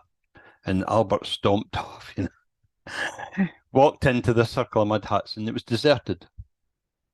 And as he walked round each of the huts, he would sort of look into the darkness of each of just to see if there was anyone around. And at one point, an African man, stepped out of one of the huts and said, are you Mr. Best from London? And he thought this was part of the duping, part of the trick. He thought this had been set up. And he said, yes, what is it to you? And he said, Spirit told me you were coming and that I should be here to meet you. Step inside. And as he stepped inside, he saw there was a fire in the center of the room, and where the smoke would go, there was a hole in the top of the thatched roof. And the person said, I'm the this is my words now. I'm the medicine man for the village. Would you please sit there on the other side of the fire? And Albert did so. And the man reached into a bag and took out what looked like a small handful of dust. And he threw it in the fire, and there was a small explosion of smoke, you know. And when the smoke died down, Albert's deceased wife and I think it was 3 children, might have been 2. My wife says 3. They were standing there in spirit form, and the children, like in the flames. yeah, and the children ran round the fire and leapt into Albert's arms, and he hugged them and kissed them, and he was obviously overcome with emotion, as almost I am, remembering how he told it. And then his wife came round, and they kissed and hugged and spoke about, oh, I've missed you, and what life is like on the other side, and so on. And the fact that they were waiting for him, but it wouldn't be soon, that he would transition. And then at some point, and Albert doesn't know how long it was. He said it was just all too short, but several minutes passed, and the so-called medicine man said, "You need to let them go, Albert. The energy is going fast." And they stepped back from Albert to where they had come from on the other side of the fire, and they became like snow. They just melted into the air and into the ground, and there was nothing. And Albert said from that day, he's never asked spirit for anything, because they gave him everything. Yeah. Wow. Yeah. I had a wife of a friend who contacted me and said, "Nick, can you talk to my husband? I was a friend of his. He's saying he's going to kill himself, and I think he is actually going to do it. And would you be able to see him in the next couple of days? Because I don't know if he'll make it past the weekend." And I knew my friend was troubled, but I didn't think it was that bad. And I told him to come through. I said, "Why choose me? He's got lots of friends." She said, "You might be able to persuade him what's going to face him on the other side if he commits suicide, if he kills himself." So I phoned Albert, and I had made a promise to Albert never to ask him for a sitting. He said I could be a friend or a client. If I was a client, I would get a reading and go away. If I was a friend, I may not get a reading. I might, but I might not. But I would stay. And I broke that understanding that had existed for a few years by saying, "Albert, I've got someone who's going to kill himself. Will you tell him what to expect?"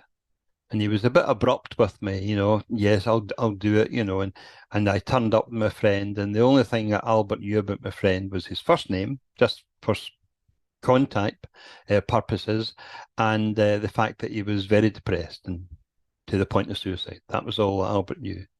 Albert told me to go into the bedroom, and there was a little tenement flat, and they took my friend into the lounge, or the living room as we call it, and he closed the door. And as soon as he closed the door, he turned to my friend and said, "Your mother is here," addressed her by her first name.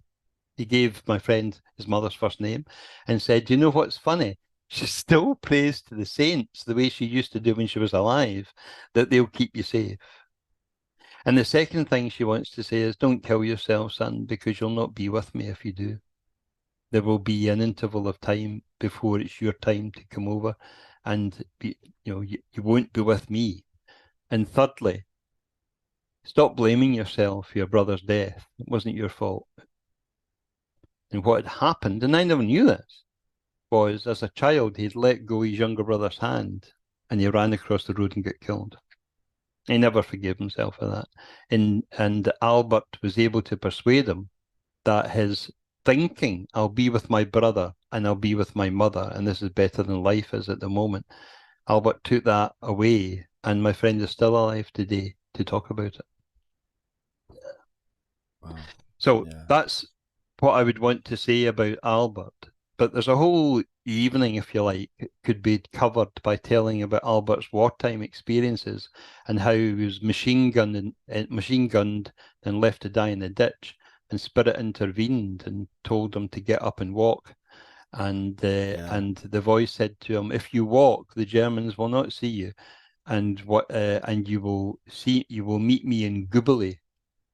And Albert said, Googly? What the hell's Googly? It turns out it was an oasis several miles away. And when Albert walked into the desert sands at night, he wasn't seen by the searchlights. And the first oasis he came to at dawn, he walked towards the oasis and saw that it was called Googly. There's lots more I could tell you. But let me give you a different story about another medium that I've studied. I've tested. Mm-hmm. There is a local medium in the west of Scotland, and his name is Dominic Boag, B-O-A-G. He's a youngish man, and he's registered as sight impaired. For all intents and purposes, he's blind. Perhaps if you hold something up to his eyeball, he can see outlines of light and shade, but that's about it. He couldn't see people at the other side of a dining table. Dominic, I heard, was a clairaudient medium, so I wanted to test him. And I said to him, my background is testing and research and study. Can I test you? And if the results are positive, I'll allow you to use them in your book, which he was writing. Still hasn't produced yet, but was writing. And he said yes, to my surprise. So I gave him 2 envelopes. Now, because I had set this up, I know there was no chance of trickery. I put 2 envelopes in front of him, out of my pocket, but they were secure, and said to him, one envelope contains a letter. The other envelope contains a photograph. They may or may not be connected. I'm expecting you to tell me. And I sat back and recorded his answers, but sat back to hear what he had to say. And this is what he said. The lady who wrote the letter is concerned about a young man who's in the centre of a group photograph. It's her son. She's lost him. And she's grief-stricken. And she wants to know, is there any way that he can come through you? That was his opening sentence. Now think about it, Ben. If I gave you 2 envelopes and gave you that instruction, would you be able to say anything? So he went on. He went on to give roughly 59 statements. 75% of them were accepted by the recipient as correct. 75%. With no chance of trickery or cold reading or anything. The recipient wasn't present. I had received this letter and thought... All about the letter, 59 statements, and 45 were verified by the recipient as correct. Yeah. 70, and wow. I need to actually work it out. What's 75% of 59 statements? That's... Yeah, it's about 45, yeah. And he named the name of the letter writer, right? Yeah. By first name. And I assumed that when Dominic said the mother's in grief because she lost her son, I thought it meant death. No, it wasn't. She was estranged from her son because he had a drug habit and was living elsewhere and had never been in touch to say whether he was alive or dead.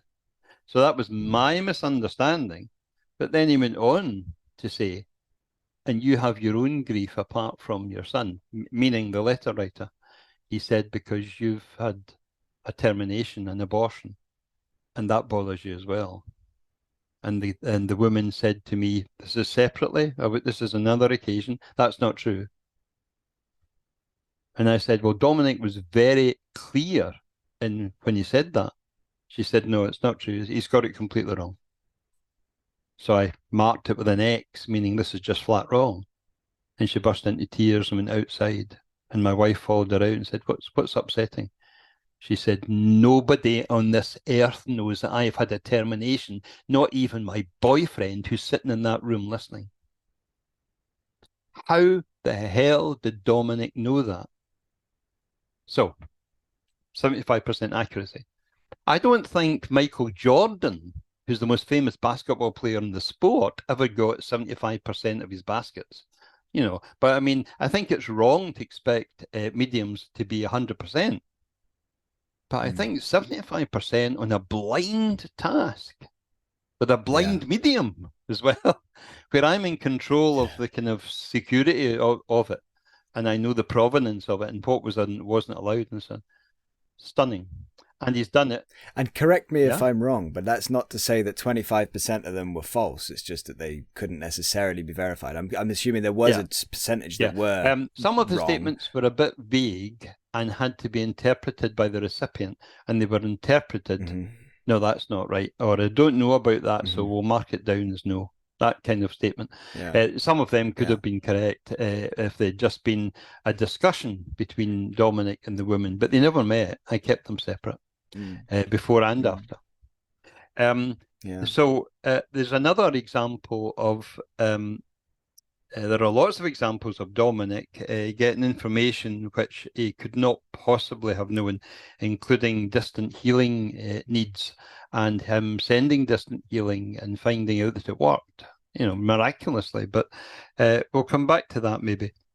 Can I give you a case that I was involved with where I think there is a message on the nature of the afterlife that might intrigue your audience? Yeah, please. Of course. So my wife has a friend, and we'll call her Sheila. Yeah? Yeah. So my wife's sitting at home alone, and she sees an elderly woman manifest in the corner of the dining area, and she turns, and because my wife is used to seeing spirit from time to time, she turned and she went, "Oh, hello. Who are you and why are you here?" And the old lady said, "My name is Elizabeth, and I'm here for Margaret. I'm concerned for Margaret." So that was it. The woman disappeared. I came home, and my wife told me what happened. And I went, "Oh no, my mother's Margaret. Perhaps she's going to fall ill or die or something." And my wife said, "Well, I've got an aunt, Margaret, and she's not in the best of health." So we made the appropriate phone calls. No bad news. And that was the first time in our lives where we thought Spirit had got it wrong. And it was several days later, maybe 2 weeks, I don't think quite as much as that, when a friend of my wife phoned, the lady who I'm calling Sheila, and she said, "I've just been given dreadful news about my sister, Mags." And we went, "Mags? What was her real name?" "Oh, Margaret." "And what was her mother's name?" "Elizabeth." "And what did Elizabeth look like?" This description matched what Sarah had seen. So we figured that maybe Spirit came through because there was going to be something at the funeral, which happened just a very short number of weeks later. So we went over to Dublin to the funeral, and nothing happened of any spiritual kind of significance. No paranormality happened.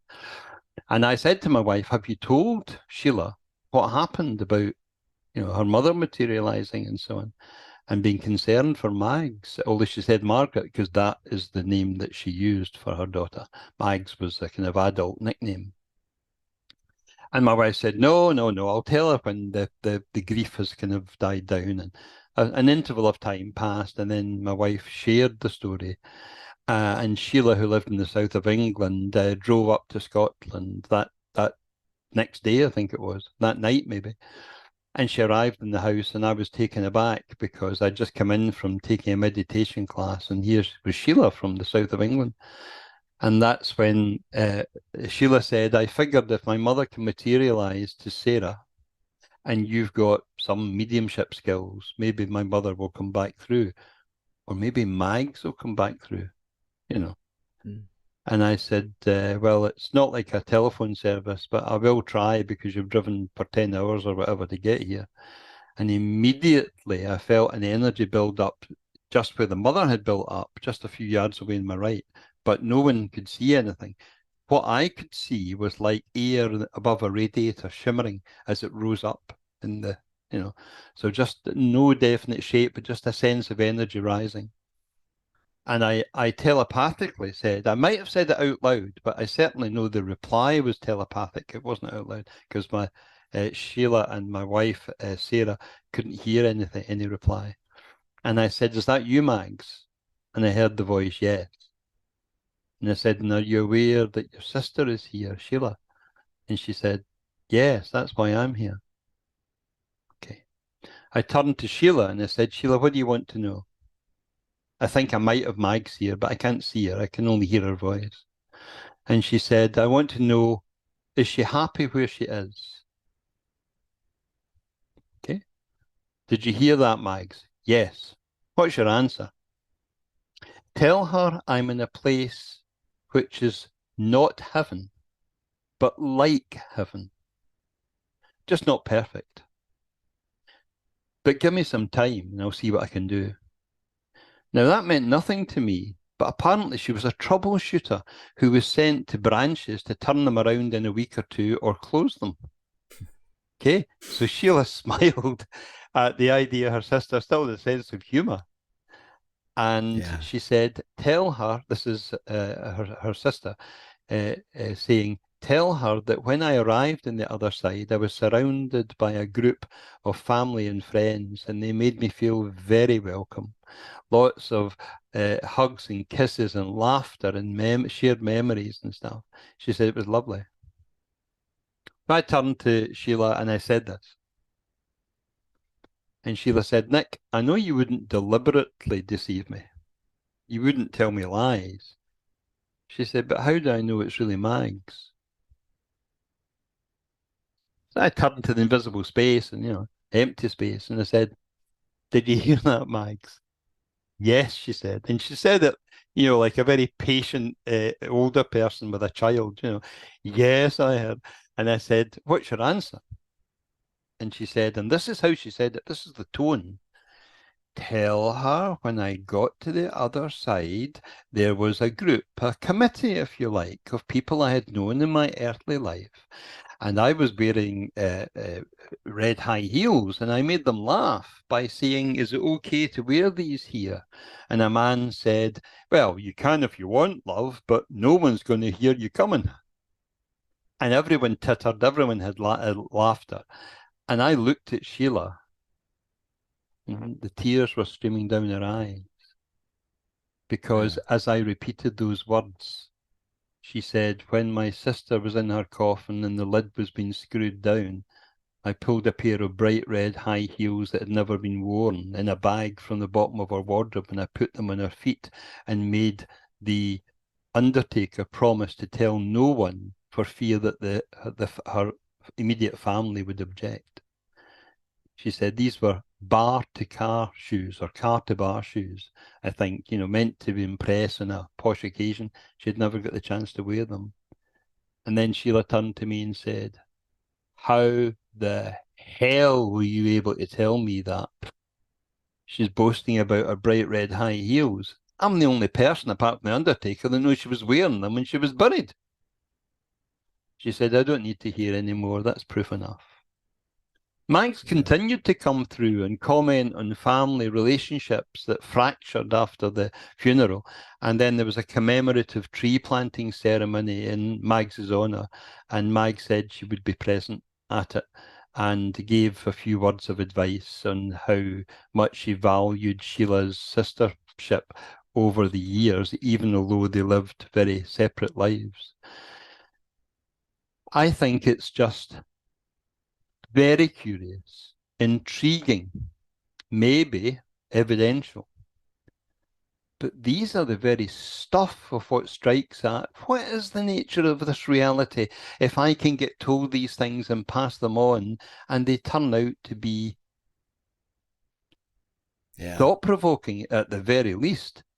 I think there is a reality. I think, like Professor David Fontana, who passed on, but he was one of the Scole investigators, he said, I'm convinced that discarnate intelligences exist that can communicate. And I've added the words, they seem to like us, so please don't upset them. I said to David Fontana, you need to get the message about Scole out to the world, because if you die and it's consigned to history, it will fade. And he turned to me and said, I've no intention of dying, Nick. Do you know something I don't? He was dead within just a few years. I didn't expect that, but it's become true. 20 odd years later, people need to be educated about the Scole experiments and about what researchers who investigated them with high levels of scholarly, how would you put it, penetrating study concluded. And I don't claim to be an expert. In fact, I quite often say this when people ask me, I'm not an expert in paranormality or hauntings or ghosts, but they do seem to disappear as I approach. You know, I walk into Yeah. houses that have been haunted for ages, outrageous hauntings. I can describe some of them, and the phenomena just seems to stop, and it never recurs because I ask the spirit people to go. And I can't explain that. I don't know. I don't claim to be an exorcist or something, although I've taken part in that kind of thing. All I can say is there is something about the relationship between people and place that generates positive or negative outcomes for spirit communication. And unfortunately, although I know you value an open-minded skepticism isn't what spirit want when they're trying to communicate. What they want is a positive, loving, emotional connection with the recipient of the message, and the medium has to be in alignment with that. Yeah. Wow. Wow. There's so much there. There's so much there, Nick, that we could talk about, and I think we could go for hours just talking about any one of these subtopics. I was just going to say, you're in France. There is a French project that you should show an interest in, simply because it's in your country, and it's very impressive evidence. And the organization is called IFRES. It's IFRES, and its website is ifres.org. And what they're doing is very unusual. They've created a steam chamber, quite a large one, a human size. And they've put a laser beam into the steam. And on one side, they have a medium, and the other side, they have a sitter or recipient for a message. And as the medium connects to spirit and gives a message, faces appear in the steam. And they photograph them because they're lit up with a laser. Really? And they've got dozens, maybe hundreds of photographs of faces in the steam. Some of them might be dismissed as pareidolia, although I don't think that's what they are. But then other ones, I would defy anyone to dismiss it as easily as that. Plus, you get letters and numbers appearing in the steam. How the hell is that possible? Steam is amorphous and vague and would basically just be like a mist.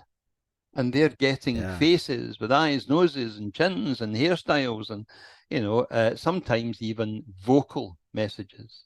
You really should check them out. And they might be able to come on to your podcast in the future as well.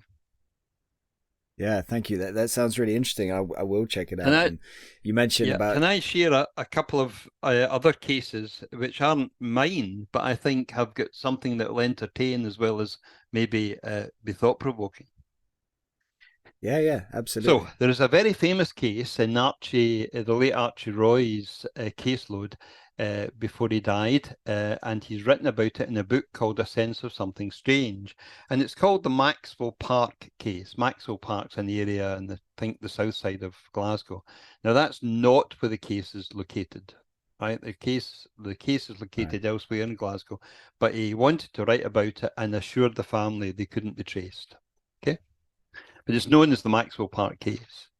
Now, essentially, the story is easy to describe, but I'm summing up weeks of haunting type phenomena, poltergeist. So this is a haunting then, is it? Yes. Okay, all right.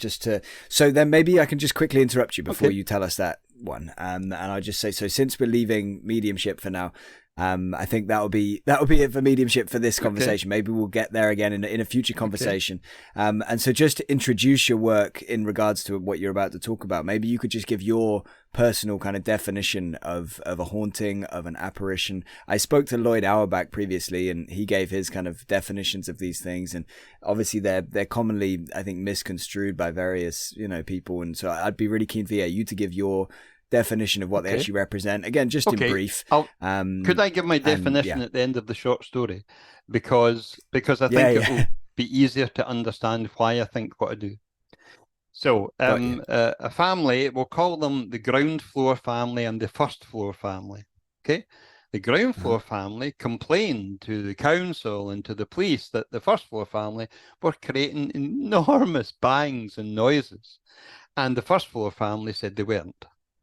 They counterclaimed to the police and the council that the ground floor family were banging on the ceiling because they could feel the vibration, they could hear but the banging, and they were saying that's that lot on the ground floor getting their own back. And both families were complaining, and the council would give them a warning about antisocial behaviour, and nothing worked. The police were called, and the police emptied the families out the building by consent, put a police office on the ground floor and a police office on the first floor of the flat or the apartment that they call it. And the police officers came out and reported to their supervising officer that they were complaining about their colleague because the guy that was on the ground floor was saying, listen to him upstairs. He's jumping up and down because he thinks this is funny. Meanwhile, the guy on the first floor is saying, what the hell were you hitting the ceiling with? Was it a hammer? Because did you damage the ceiling? You and your bloody practical jokes. This isn't funny. You should be taking this seriously. And then they realized the banging was continuing. There was nobody in the building. Right?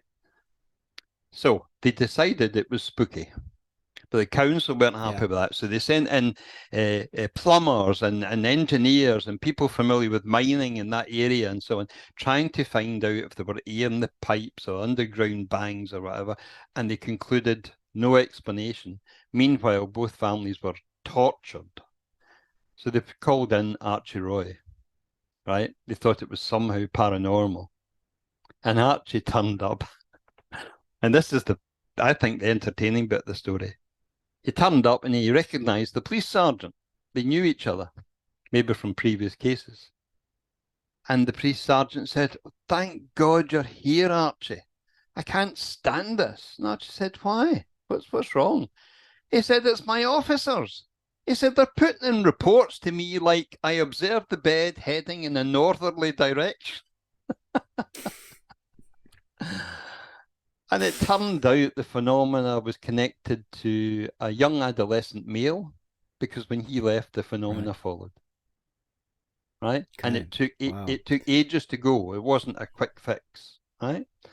But it's the idea of police being involved, and they were aghast at what they were experiencing. So he lived in one of the apartments, the young man. So I suppose I can't remember whether it was the ground floor family or the first floor, but he lived in one of them. Yeah. And you're about to kind of confirm this or tell me I'm wrong, but I suppose that one would fall under poltergeist phenomena. Is that? Well, yes. Poltergeist phenomena are associated with adolescent energies and maybe sexual energies and developmental issues and so on, frustrations and so on. I think that's been over-exaggerated in media reports. But yeah, there is a consistent thread where there's an adolescent present, and that seems to be linked to the phenomena. So what is a haunting? I think a haunting is an interaction between a person and a place, which allows an independent reality to come in and mix it up a little. Either in poltergeist, non-intelligent phenomena, or just strange sights and sounds. And if you give attention to them and energy to them, they maybe multiply, because whatever's coming in to mix it up is using the energy of the environment and the energy of the person, sometimes together, to produce the phenomena. What did Lloyd say? Lloyd said a haunting, I think he described it more as like a place memory, I think. It probably has some parallels to what you're saying, and probably if I had you both on talking together, you'd probably agree on lots of your descriptors. But yeah, he described it more as like kind of, if we kind of assume that we're in this kind of universal consciousness, that we're all connected, everything is connected, that like something maybe traumatic or something happened there at this place, and kind of the consciousness in that area or connected to that building or what have you kind of has some imprint on it, or some form of memory from what took place. And so then when people see that or go there, then they experience that kind of thing, almost like a video recording playing back. I think that was pretty much what he said. And I wouldn't disagree with what you've just said about his view, except I would say it can get more complicated than picking up a memory telepathically. It can be more complex. So when a woman gets lifted out of her bed by her ankles into mid-air, is that the bedroom? Or is that the young woman? Or is it somehow what happens to the young woman's thoughts and feelings when she's in that bedroom environment? Which would be Lloyd's maybe take on something's happened in the past, and when she goes in, she picks up on it. I think it was an attack by a male entity who needed to be removed. And that is, it's just a slightly different from this nice uniform idea of the influence of architecture on people who then have strange experiences. There's quite a lot of study. Professor Richard Wiseman did a study of place and discovered that people tend to have psychic impressions in places that have known atmosphere or temperature changes, or narrow corridors and lighting and so on. And I think there is a lot to that, but of course that doesn't explain the kind of case I've just mentioned. Atmosphere doesn't lift you up towards the light. What else? There's a fascinating case which has happened in the Scottish borders, and it was investigated by the former vice president of the SSPR, a man called Archie Laurie. And this is a big case, but I'll just give you the nub of my interest in it. Yeah? Sure. A spirit girl is able to speak out loud and be heard, but not seen. Okay. And she's in a shop that sells sweets. And she has great fun playing with the shop staff and the customers who can't see her, but they can hear her giggling and so on. So she might drop 5 bucket loads of Smarties in the shop, and they had to get staff to shovel them up. They didn't have that many Smarties in stock, so goodness knows where they came from. Or she would take money out of the till and put it in the client's purse or pocket just before they go to pay. And the staff can see the money leave the till, go to the customer then hands it back, and they're baffled. Or she'll take a member of staff and get them to pour a can of Coke over their head, and then they come out of their dreamlike state and say, what the hell has just happened? And it was the influence of the spirit girl. But one day, a man comes in with his young son, and the young son looks up and stares until his dad drags him out. And the little boy is heard to say, Dad, how did that girl get up on the top shelf? And the father looks and said, there is no girl on the top shelf. Don't be so stupid. And pulls him out. And as soon as the door closes and the shop owner and the investigator, Archie Laurie, is standing there, the girl says, oh no, how did he see me? I'm not to allow myself to be seen. I'm only allowed to talk. Now, that little bit of the story tells you something about there are rules and there are controls on spirit people, especially children, interfering in the lives of others. And she was now worried. So Archie said to the voice, disembodied voice, what will happen now? She said, well, it's the shepherdess that looks after us and makes sure that we're safe and whatnot. But the tutor, if he hears, has the power to take me away. And eventually the shop closed, and the little girl contacted Archie and the owner of the shop separately and said, where's the young man? We'll call him Chris. Where's Chris that used to serve in the shop? Now that the shop's closed, I want to meet Chris again. And the owner said, Chris is no longer working in the shop. Leave him alone. You poured a can of Coke over his head. We're not, you know. And the girl said, all right, okay, I'll find him. And about 2 weeks later, she sent a photograph of herself to the shop owner saying, I found Chris in a Spanish village. They had a flower festival. That's why I've got flowers on my arm, and I got a nice dress for the occasion. A spirit girl sending a photograph of herself. And Chris was in a Spanish village, and there was a flower festival. So even the owner didn't know that. What's going on? So that little girl gave, I might be exaggerating to say hundreds of hours of recordings, but certainly many recordings of her speaking on the telephone via a computer, face to face as a disembodied voice, and even brought along some of her spirit friends to speak so that the voice changed to maybe a male or as opposed to a little girl. And she is able to manipulate computer keyboards while being beside a river. She just thinks herself to a friend's computer and can use it. Now, of course, there's a lack of evidence for some of these things. You've just got maybe one or two witnesses hearing the voice say that. But if it's true, the nature of human existence after this physical life contains elements which are actually remarkably similar to this life. There are still teachers in charge. That was one bit of the story I liked. I was asked to go to a case in Seattle. It'd be more accurate to say I volunteered, to go to a case in Seattle. It was supposed to be America's most demonic haunting. There'd been quite a lot of phenomena. It stopped, and after a period of time, it had been triggered again.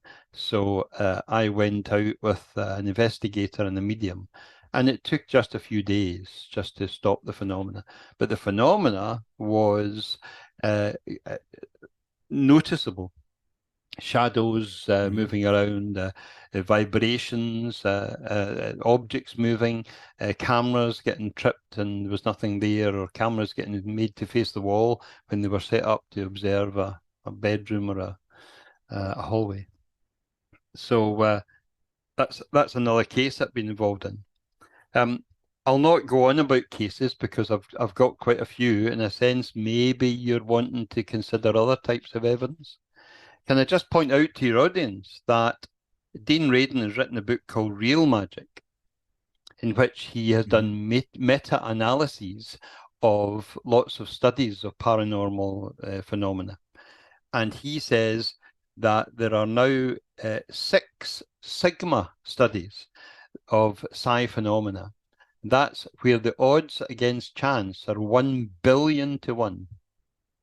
And he says this applies to telepathy, perception without beyond space and time, precognition, the ability of human beings to influence physical systems by thought, and global consciousness effects or studies. And I just wanted to throw that in because it's an excellent book if anybody doubts the evidence. Yeah, and I would add on to that the Conscious Universe by the same author, by Dean Radin, is fantastic and just jam-packed full of meta-analysis of studies that date back decades, which are just fascinating. I don't want to keep you too much longer today, Nick, so maybe we can talk about 1 or 2 more cases, because I am enjoying you sharing these, but you're right, we could go for absolutely hours, so we'll have to keep it in check. But yeah, if you could, maybe we could talk about 1 or 2 more cases in regards to your work with apparitions and with hauntings, maybe whichever you think are maybe the most memorable ones or extraordinary, worth talking about. I'm also interested in like possessions and whether you've come across that kind of phenomena with the SSPR.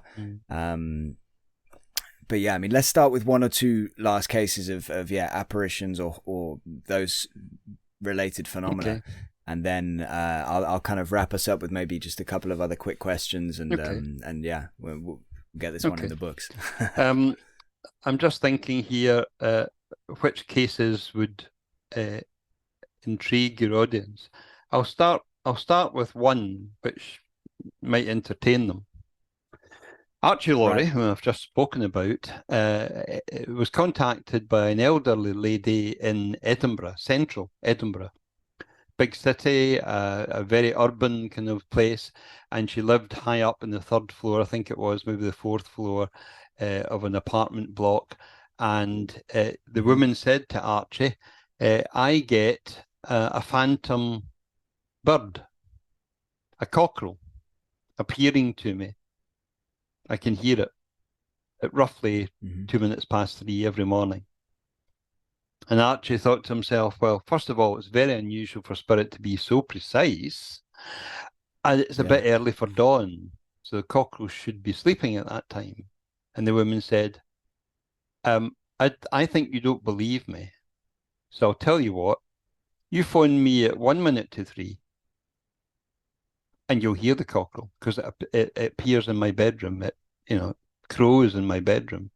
And Archie says, let me just check. You're on the top floor, kind of flat. There's nobody around about, has hens or chickens or anything. And he goes through the obvious explanations, and he phones the woman at 1 minute to 3 in the morning. And at precisely 2 minutes past 3, he hears cock-a-doodle-doo, and it's really loud, and it's repeated, and it goes on, and eventually it stops. So Archie gets in his car and he goes to Edinburgh, and he goes to the lady's flat, and he goes into her bedroom, and he says he gets permission to stay, right, overnight, just to experience this. But while he's waiting, he says to the lady, I see the clock beside your bed. Looks quite fancy. And the lady went, yeah, my daughter bought it for me. He said, when did she buy it for you? And the woman said, say, a month ago. When did the phenomena start? Roughly a month ago. So Archie went over, pressed a couple of buttons, and he heard cock-a-doodle. The clock gave options for wakening up. One of them was an alarm, and one of them was the cockerel. But the old lady hadn't read the instructions. So he calls it, and I think he's written about this in his book, The Case of the Phantom Cockerel. You can't be too careful looking for explanations, right? And it took a phone call in the middle of the night and a visit to figure that one out. But it was fun. It's a good one to tell in the pub. I mentioned a case of a woman getting lifted by her ankles. Yeah. I'll give you just a little bit more detail there, because there is more to the story. So in an area west of Glasgow, there's a well-to-do family, not rich, but they've got a good business going. They've got 3 daughters who are adults. One is a graduate in employment. The other 2 are undergraduates, but quite successful. Nothing really bothers them. They're quite settled. They like the house, blah, blah, blah. And then they start to get phenomena, which is the trashing of the basement, noises from the attic, being attacked in their bedrooms, particularly the young women. And even when they're out the house, sometimes a heavy chest of drawers will be tipped over, or the contents will be emptied, and so on. Now, a wide range of phenomena. And when I contacted, or the man at the house contacted me, he said, in my culture, the man is the protector. And I said, yeah, okay. He said, how do you project when the person who's attacking you is invisible, but they can still do physical damage? How do you protect?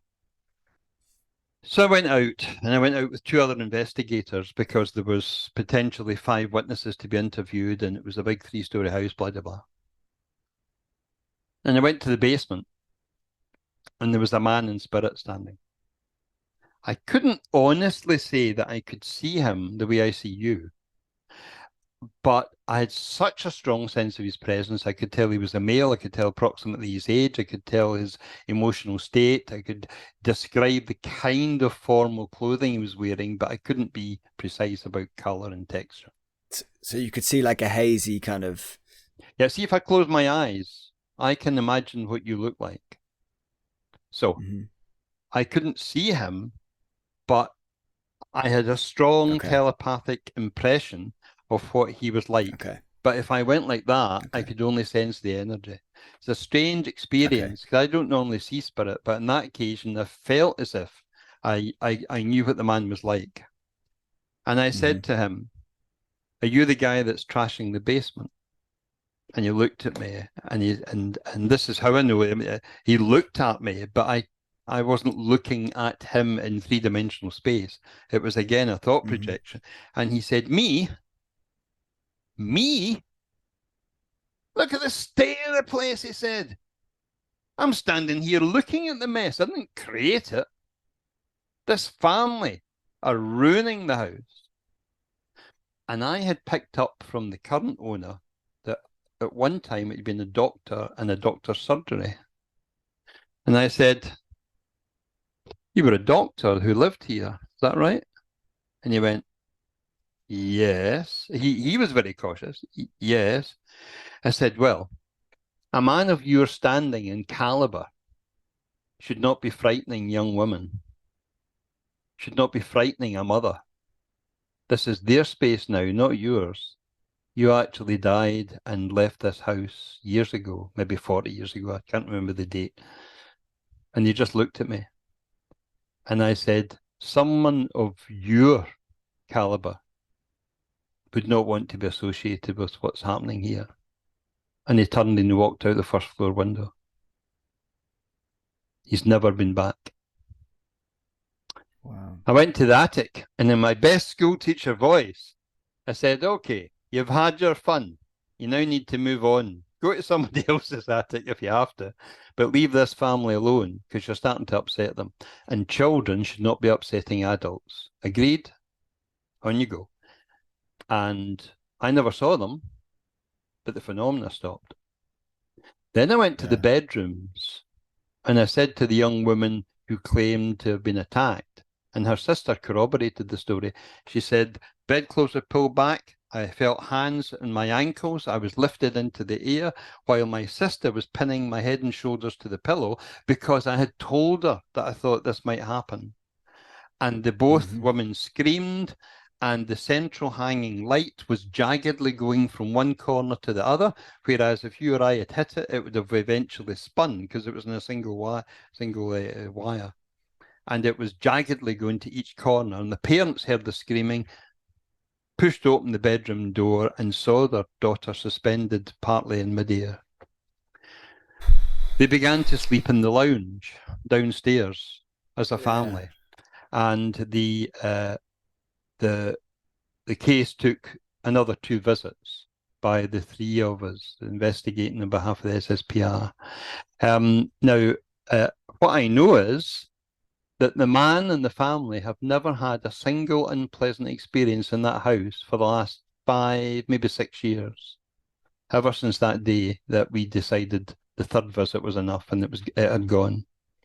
But the man said, "I will do whatever it is you want to support your society." He said, "Because you never charged me a penny, you never told anybody about my circumstances, and what you did worked." And at that time, I was exploring a suitable family case for a television channel. And it didn't happen because the television channel wanted to reveal who the family was.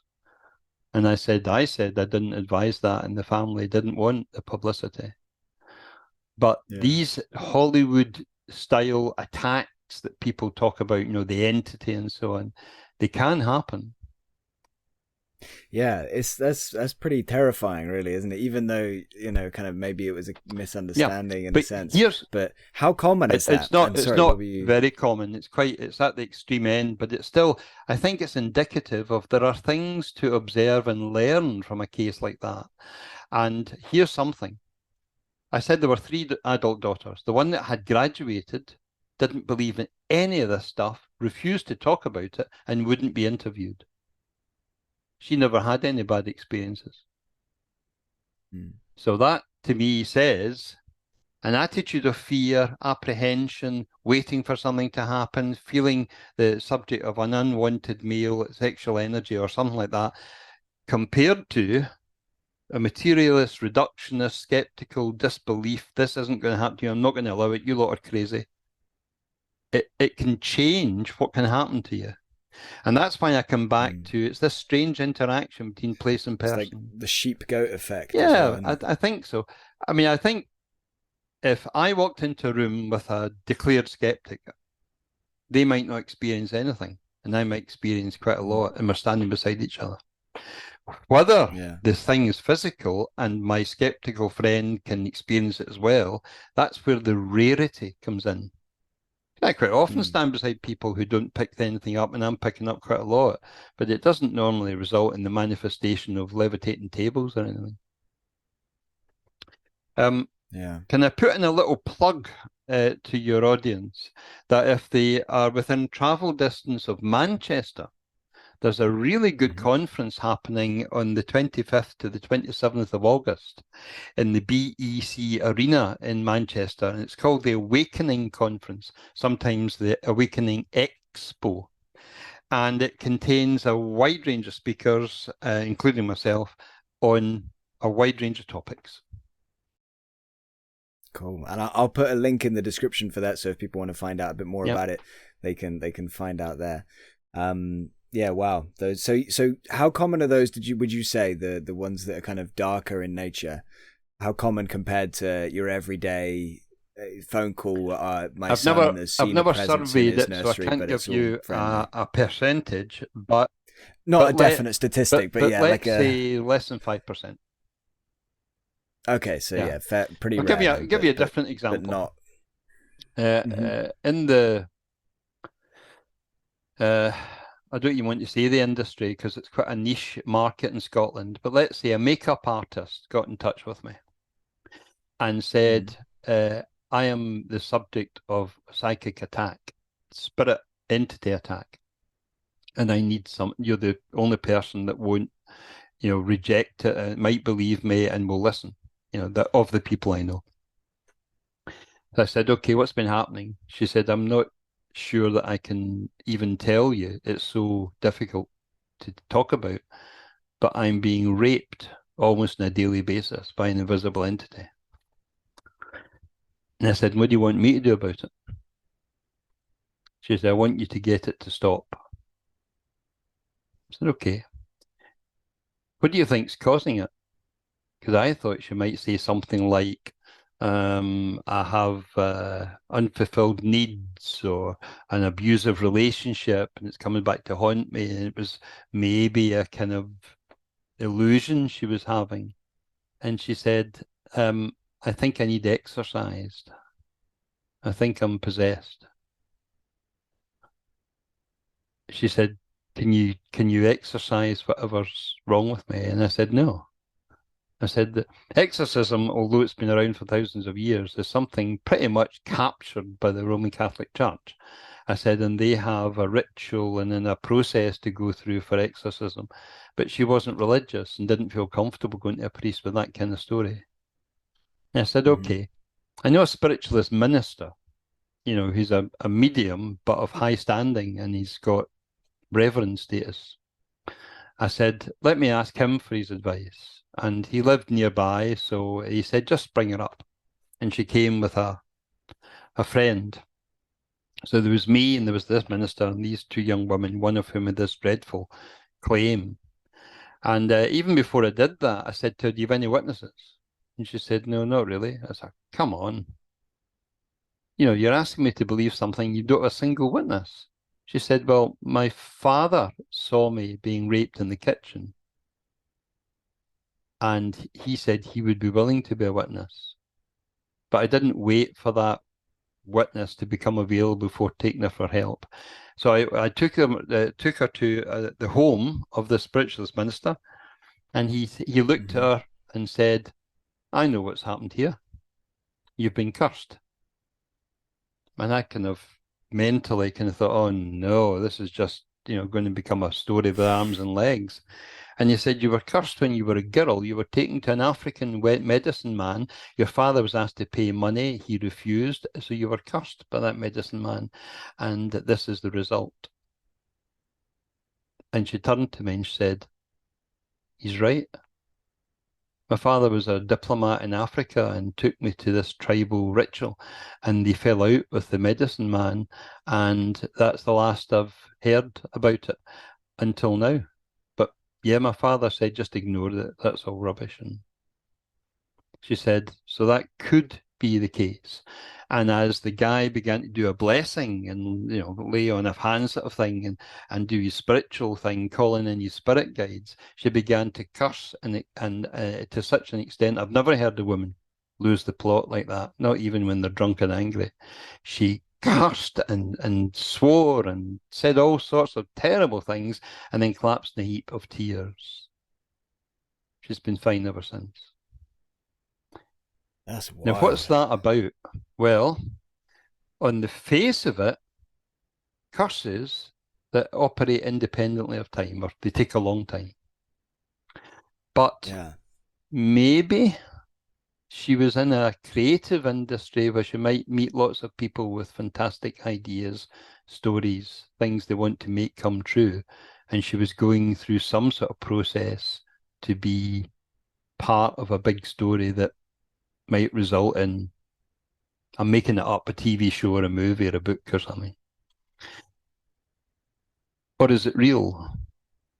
So, within my extended family circle, there is a woman from, let's say, West Africa, keep it vague, who a member of my family contacted me and said, Nick, can you come and help my partner because she's pretty sure she's the victim of an active curse. And the short story is, person comes from Africa to the UK, but leaves her family in Africa and brings her son and daughter with her to the UK.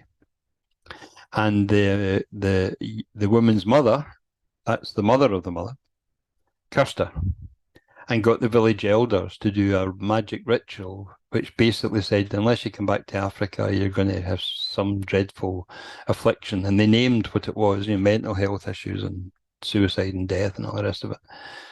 And then the mother noticed that she fell out with her son and her daughter, and her daughter had mental health issues and was speaking about suicide and so on. Meanwhile, the mother, estranged from her son and daughter in terms of time and distance, was going through a deep depression she couldn't explain, and she was unable to do anything, and she was seeing things. And I was asked to get involved. The first thing I did was I said, if you believe in this stuff, why are you surprised if it happens? But if you don't believe in it, I would be surprised if it would happen. So I got her to change her belief system. And I got her to put her beliefs into things that were going to bring positive benefits. And the magical power, if you like, of meditation, positive thinking, NLP maybe, crystals, tapping into chakra healing, and whatever she believed in, I encouraged that if it was lead to a positive outcome. And I gave her a couple of crystals that by reputation and beliefs, and I'm not particularly a crystal believer, they would protect her. And I gave her visualizations to do on a psychological level as well. She's been fine ever since. Daughter's back in touch and living with her. Son has been in touch to say, I'm just busy, Mum, and you know, I'm leading my own life, and you might not approve. So,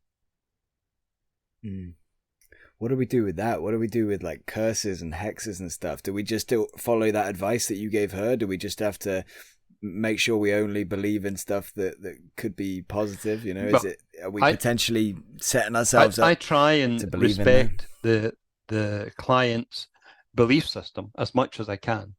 But if a belief system is leading you to suicide and unhappiness, I think the beliefs are not serving you, and they need to change.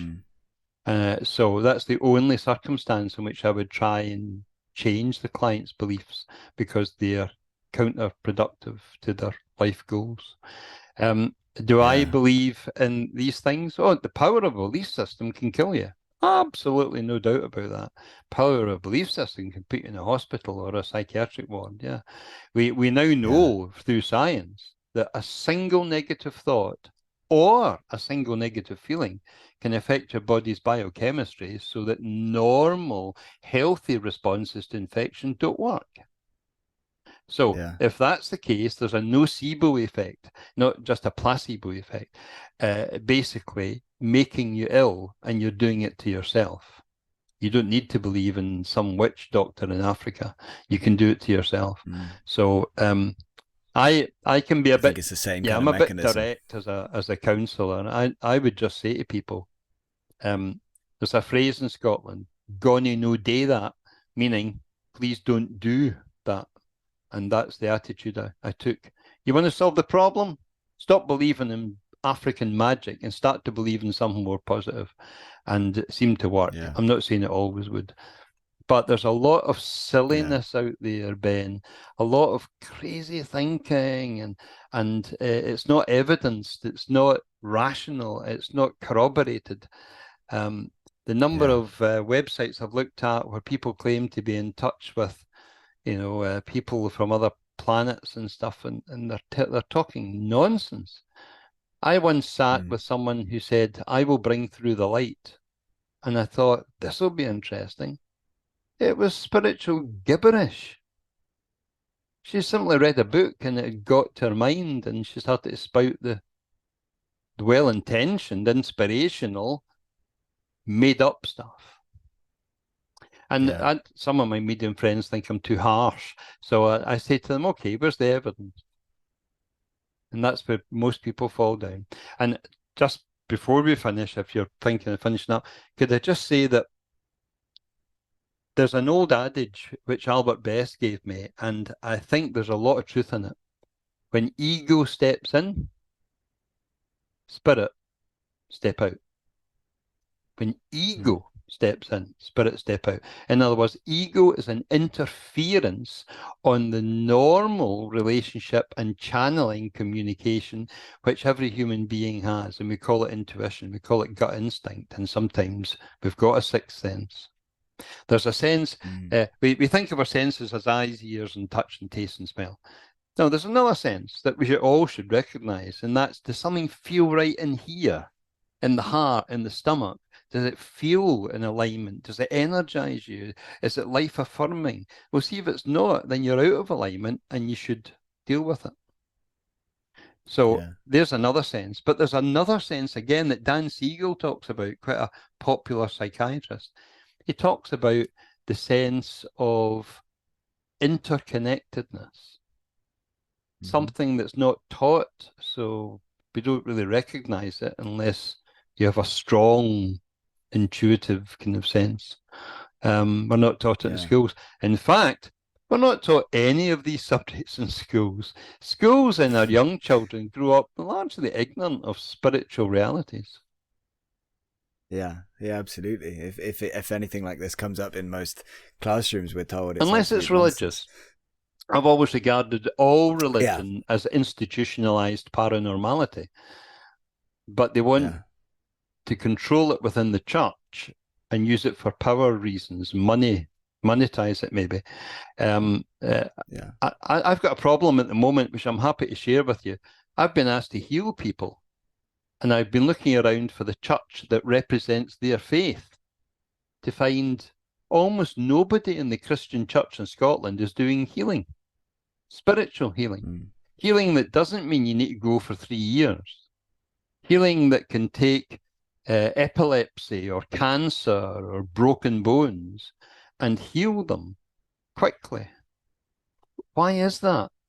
I would suggest to you it's because they've forgotten what Jesus' ministry was all about.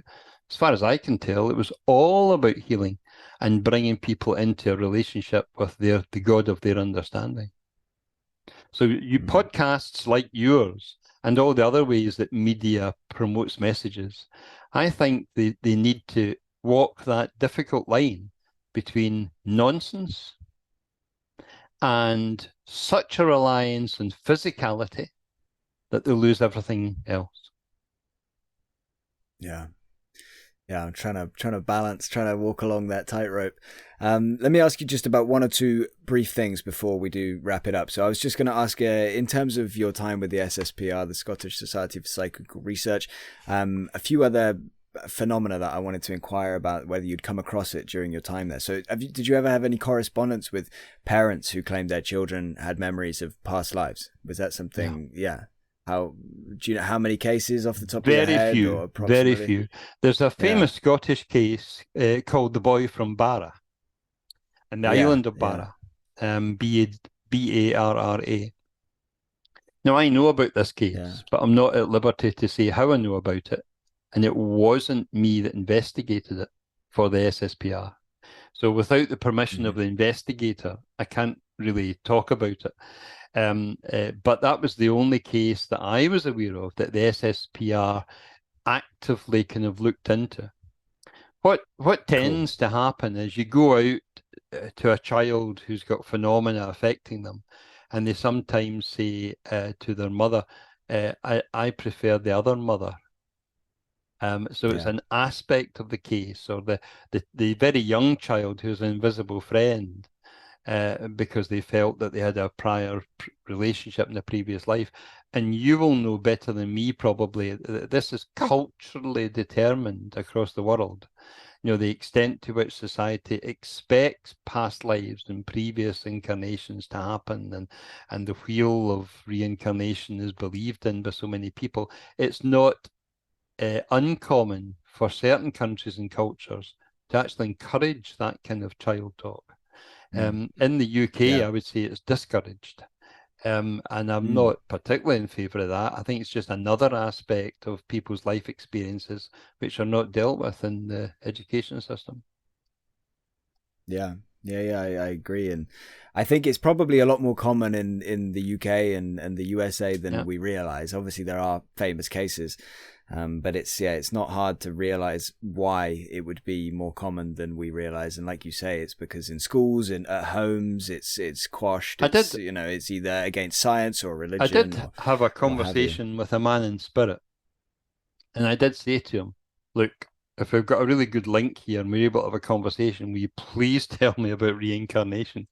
It's bucking the hell, and what he said is, we have given you the life you have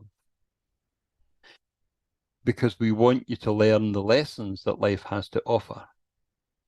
Do you think we would set you up if we deliberately withheld from you knowledge of a past life that would actively help you?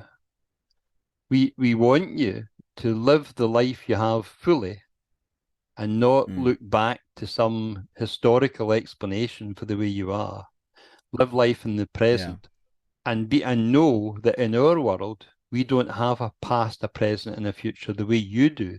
And when we look at past, present, and future the way you understand it, what we see is something bigger, wider, more expansive, different. So I pressed him, and I said, but can people reincarnate? And he said, in my world, at my level of understanding, yes, such things can happen. But I personally can't really comment. He said, I'm learning about the nature of existence just as you are. He said, but I can tell you this. This is a cul-de-sac. This is a side path. This will take you away from paying attention to the life you lead. He said, have we not made it challenging enough? So I kind of accepted that. I don't think because you're in the spirit world or you've made that transition that we call death, I don't think it means that you suddenly know everything. No, I mean, it's interesting to think about that, isn't there? I could kind of go both ways. I could kind of convince myself a little bit both ways on that one. But, I mean, I've got books here of people, academics that have studied reincarnation, and I am persuaded by their evidence that something's going on. But I could point out to you things that 100 years ago, they would regard everyday life here now as a fantastic delusion. if I was to say to someone, I can be sitting here in Scotland and see what's happening in a Paris street. You and I would call it the internet or television. But 100 years ago, they would have said that we should both be locked up. So the way I see reincarnation is, yes, people's consciousness can be expanded to link with other consciousness who have lived on Earth, and their memory banks and their personality attributes are available. But in the same way as the World Wide Web can connect people, we don't have an understanding of consciousness. We don't know its structure. I'm not really surprised that academics who talk about consciousness and can't answer about, so what's the structure? There's a structure to every living thing on this planet, but not consciousness. I don't get it. And I think it's because there is a lot more to consciousness than we realize. And if we knew about consciousness existing over time and space, we wouldn't find reincarnation to be necessary as an explanation. We would just call it interconnectedness. Interesting. And yeah, I mean, again, as you've kind of alluded to, it just reminds us how this whole giant tapestry jigsaw, like everything is so confusing and conflicting, and there's as soon as we start to feel like maybe we are starting to get some kind of grip on it, we just get reminded of how far away we are from understanding everything, reality, consciousness, like you say, all of it. Okay, I know I keep saying last question. I'm almost there. Are there any other interesting phenomena that are different to the ones we've discussed that came up with you while you were with the SSPR? Like, I don't know, anything that comes to mind when I say quite that? a lot of sad stories, because lots of people who live lonely, sad lives create fears to get attention, to be special. Not everyone that asks for a paranormal investigator actually has anything paranormal going on. I'll give you an example. Local to my area in the west of Scotland, an old lady said she was being attacked by a spirit who was stabbing her in the legs with a very hard wire. And certainly when we turned up and looked at her legs, there were lots of little dots, as if indeed she'd been stabbed by a syringe or a wire or something. And I said, "Who's doing this?" And she said, "Well, it's spirit. It's beings from spirit. When I look up to the light, I can sometimes see a face." Okay. Put the light off. Use a lamp. Background lighting, something. But if you're seeing faces in that lamp, put it off. Right? And I said, "And as far as your legs go, have you been to the doctor?" "No." "Why?"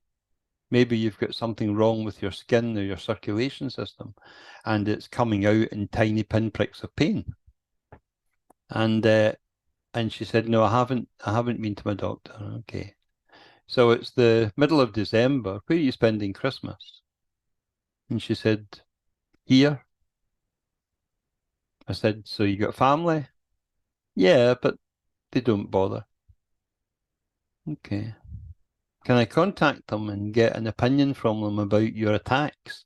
She said, "Yeah."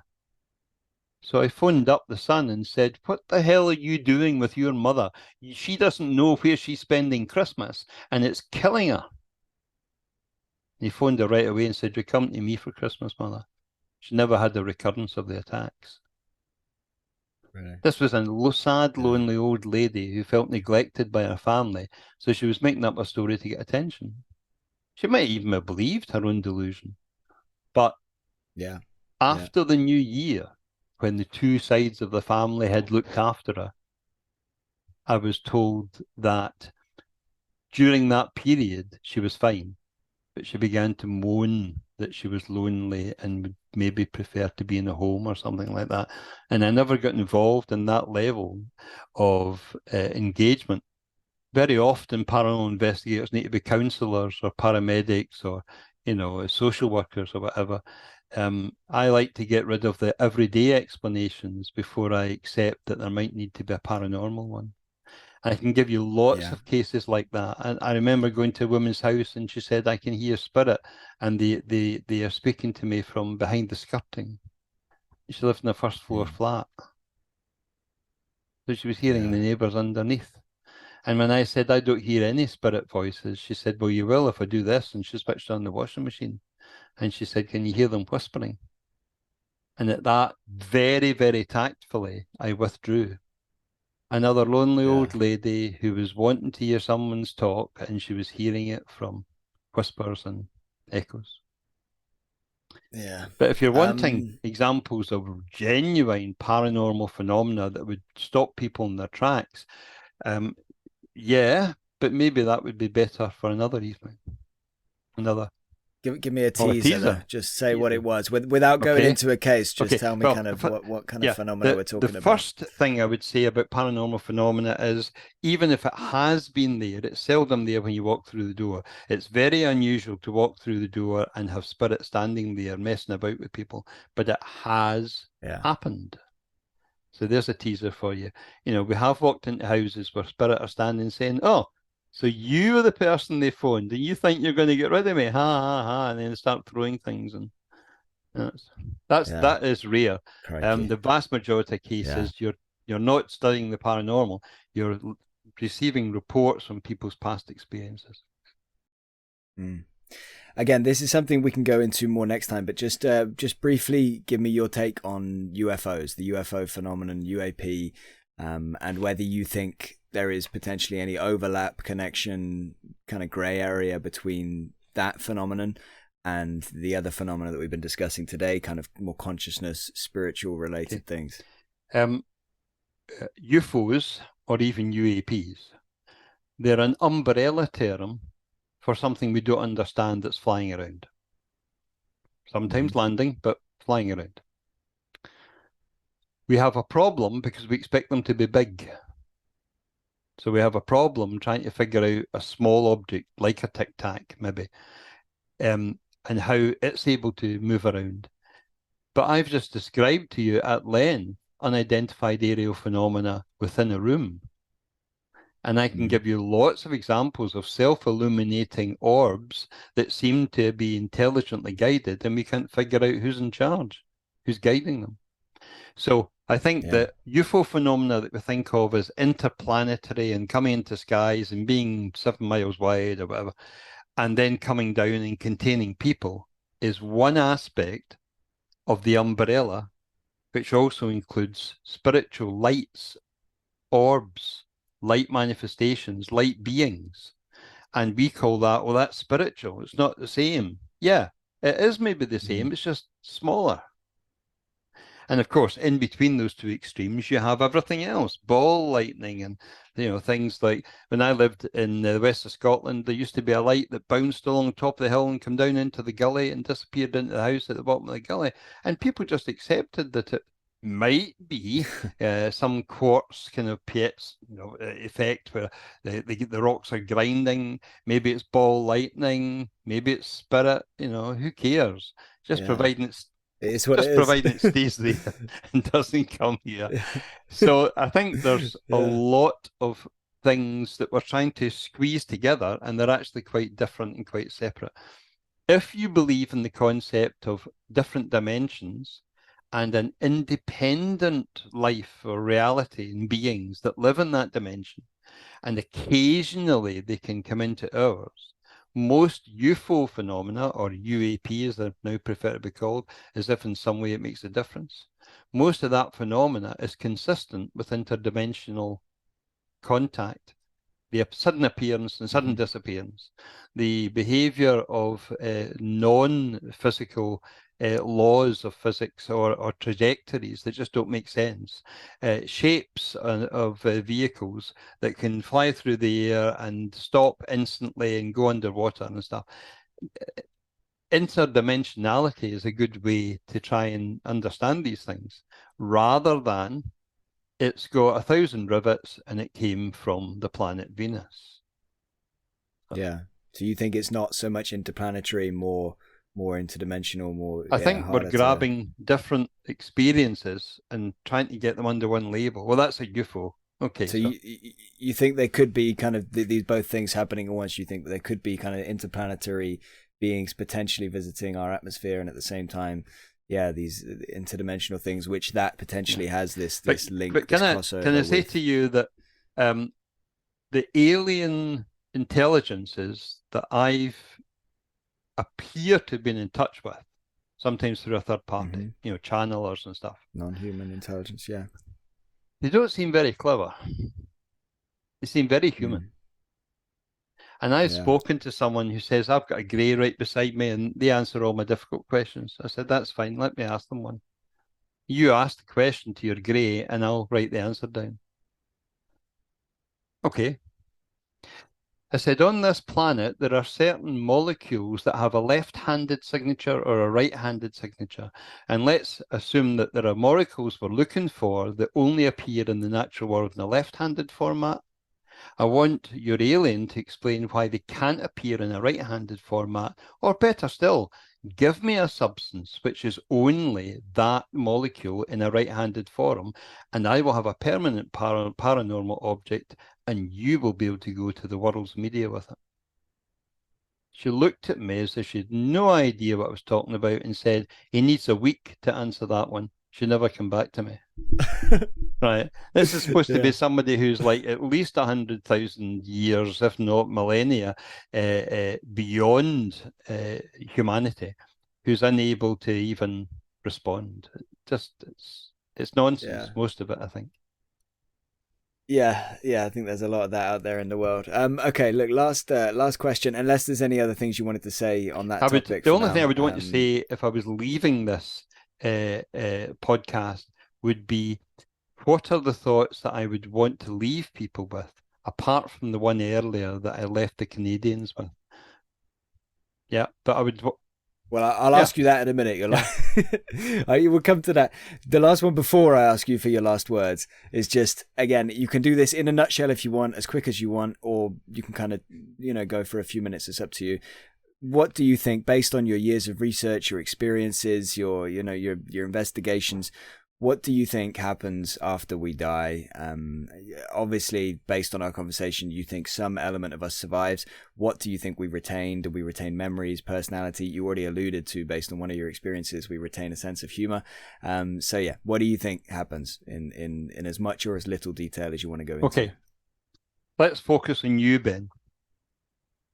You have a body, right? You have a mind.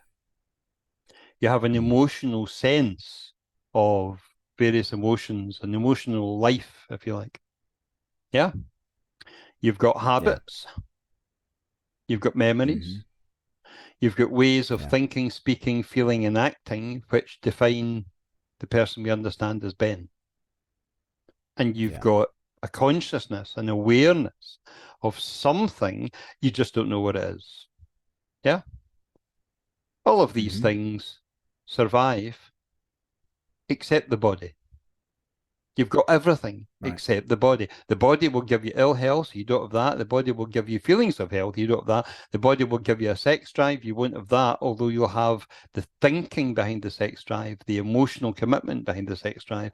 You'll just not have the physicality of the body. Everything survives except the body. And if you believe in the possibility of physical mediumship, the body can be recreated. Yeah. I think it's a good news story. Yeah, that's a good It's a good news story. Yeah. But just before you leave it, what happens if you're a right evil person, or a wrong evil person? A wrong one. All of these things pass on as well. All of the negatives pass on. The confusion, the trauma, the distress, the revenge, they all pass on. So I say most people in the population, if you were to do a percentage, 98% or 99% of people want to be happy and successful. And they'll help others if they think that that's what they want to do.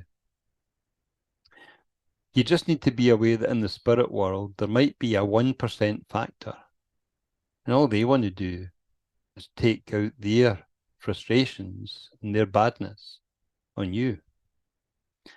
That's Yeah. why I think we've got a whole category of being called demons.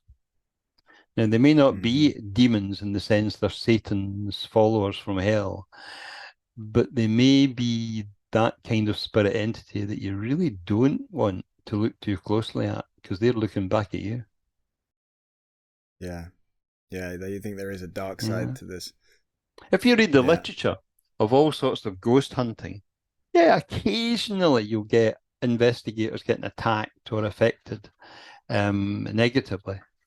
That's why I always ask for protection, and I don't think it's just a psychological tactic. I think it's got real power in certain circumstances to protect you. Who do you ask? Just the universe, or just you kind of just saying it out loud as like an affirmation, or what? Yeah, I mean, I believe that there are people in the spirit world who listen to me and occasionally show an interest because I talk a lot more than I get a reply, and I think that when I ask for help and they agree with the intention, they step in and I can feel their energy. Okay, cool. Well, maybe we can go into a few of those topics more next time. Like, I am interested, like we spoke about before, like in the kind of potentially the darker side of all this. I think just because it's scary, it doesn't mean I should ignore it.